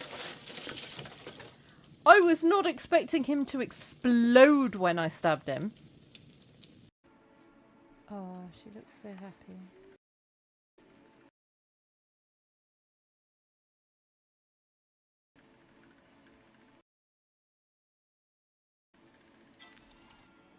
Does have the dual horrors of people knocking on your door and you have to answer, and having to share your house with other human beings. Hopefully some of the people I'm sharing my house with are not human. That might make life easier. Because we all know human beings suck. Also, I believe I'm going to be able to shoot people in the face. So that's going to help with the whole having to talk to people and having to live in the same house as other people thing, I think. We got a snake in the bush here.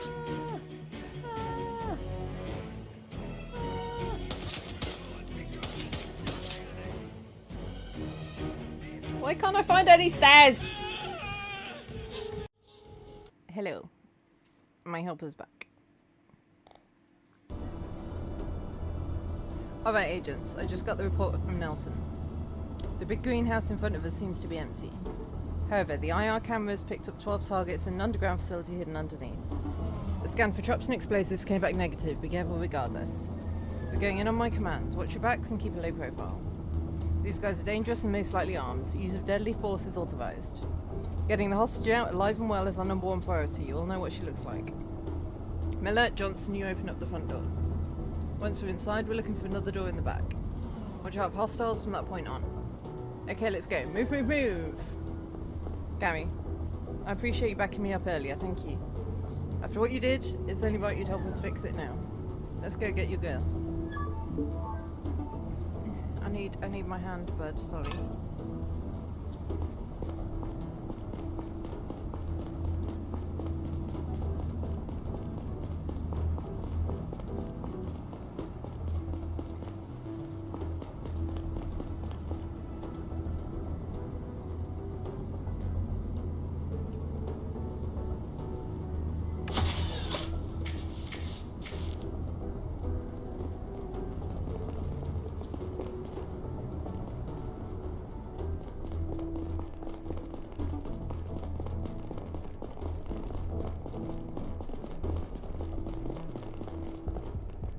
Targets ahead. Open up and move in.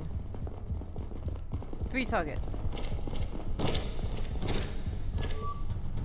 CDI, drop your weapons. Drop them now.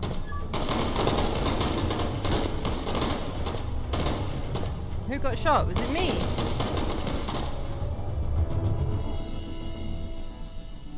Who's that? Is it me?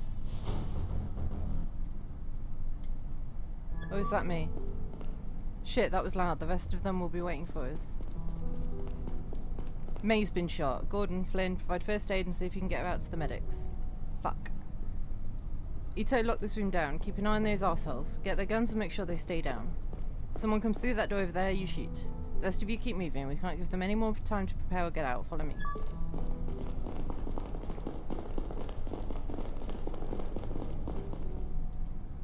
Opening up. In the final corridor, we passed by a large surgery room. I didn't think about it at the time, but that must have been where they had given Zora her new face and implanted Boyd's fake ID.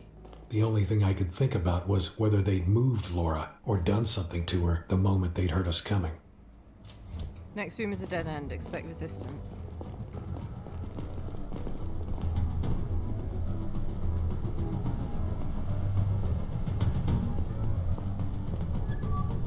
Drop those guns or we'll shoot.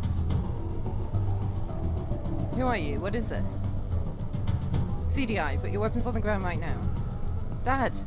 Stay put, Laura, it's gonna be alright. Give us a minute to talk it over, okay? Oh, I see, it's about the girl.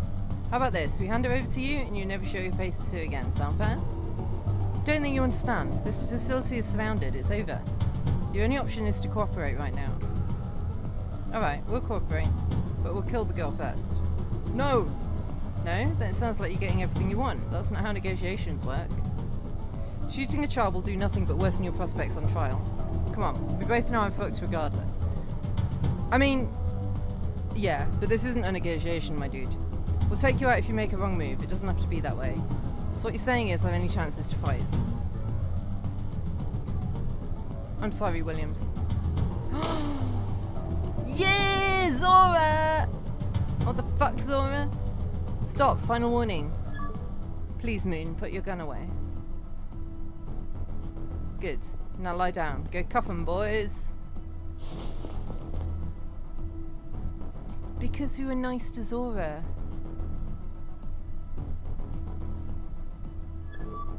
Dad! Safe now, Laura. You're safe, alright? Alright. You okay? Did they hurt you? No, I'm not hurt. Get her out of here, go. Let's go, Laura. Thank you.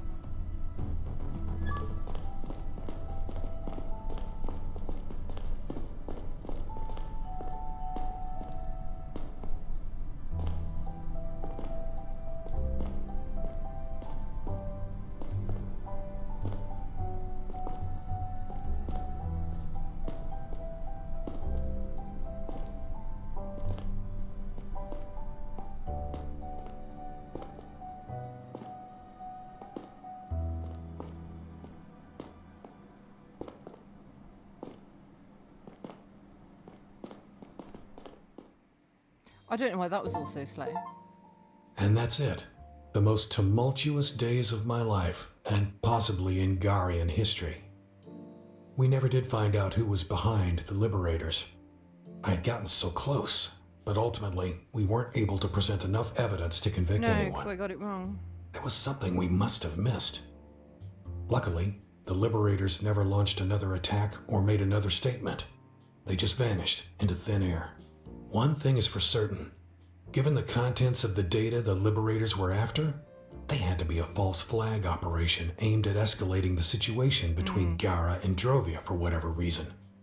A Garian extremist group hell-bent on exposing Gara's past crimes just doesn't make sense to me. And in fact, once the proof was out there, they vanished without a trace, like their only purpose had been fulfilled. I don't know why I second-guessed myself. I always do that. Second-guess myself at the last second and get it wrong. The data I leaked sent a shockwave through the solar system. The source of the leak was quickly discovered, and the CDI not only fired me on the spot, but also tried to scrub me from their records and made all sorts of claims to discredit me. The Garian state scrambled to spin the narrative on the Sector 2 incident, but the data was authentic and unambiguous. 40 years ago, the Savient colony on Drovia had been sabotaged in a secret operation initiated by a handful of Gyara's top politicians, economic elites, and the CDI under the leadership of Amelia Thorne, now Attorney General and leader of the Garian Department of Justice. It became clear to me why she had tried to hide the data, fired the chief when he got too close, and ordered the arrest of Cox when she realized who he was. She is currently awaiting trial, along with a number of mostly retired politicians who were implicated in the conspiracy.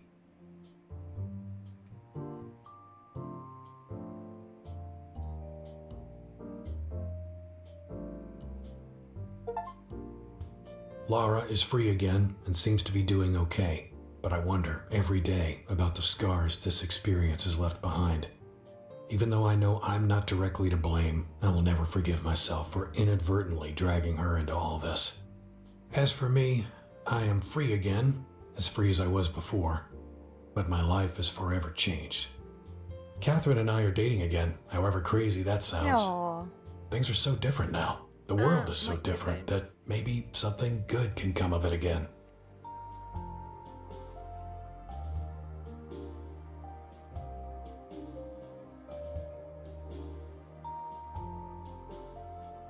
And finally, Zora. Easily the strangest person I've met in my life. Despite the terrible things she did, I'm grateful for her help when it really counted. It took the CDI a while to find out anything about her previous life. Turns out her name used to be Elizabeth Davis. She and her friend Boyd had been picked up by the mercenaries as teenagers on the run. Both of them came from affluent Garian families. and both have been reported missing, presumed dead. Zora will be brought before a judge this week, and I'll be there to make a statement.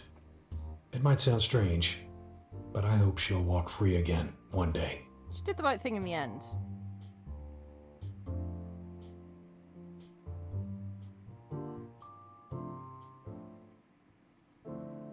Late in the evening, the lights are still there, ever unchanging, they shine unaware.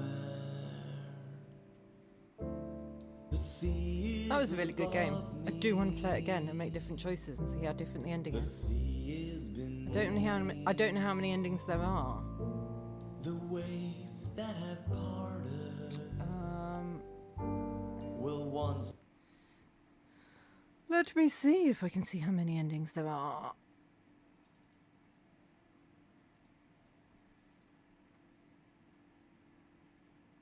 I've got 10 out of 25 of the achievements. So that's interesting.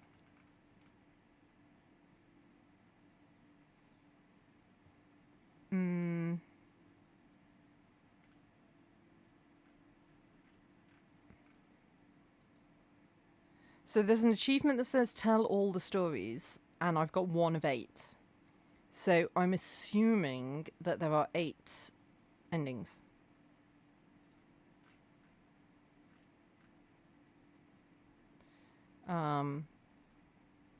That's my guess anyway.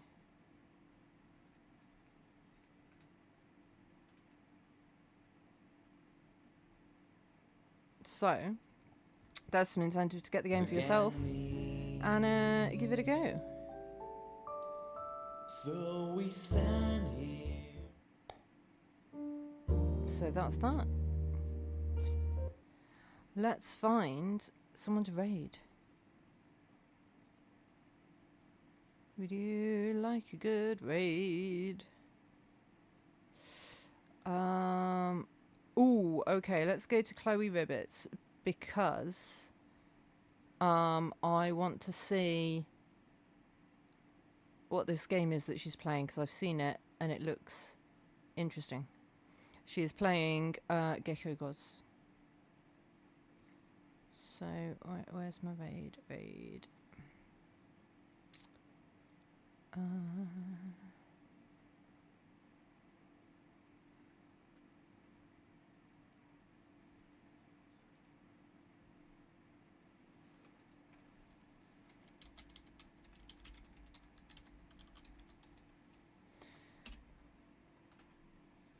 So, Frosty will give us some raid messages in a few seconds.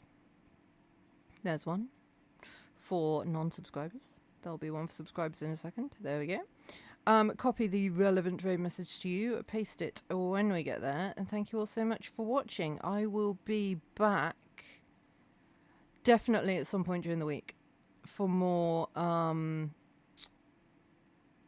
what's it called? Zero Parades. Because that's such an awesome game and I want to know what happens next. And we'll be back next Sunday for another Sherlock Sunday. I don't know what I'll be playing then. I've got a lot of detective games on my Steam that I've been saving for Sherlock Sundays, so it will be one of those. If you've got a specific request, let me know on the Discord. Until next time, bye bye.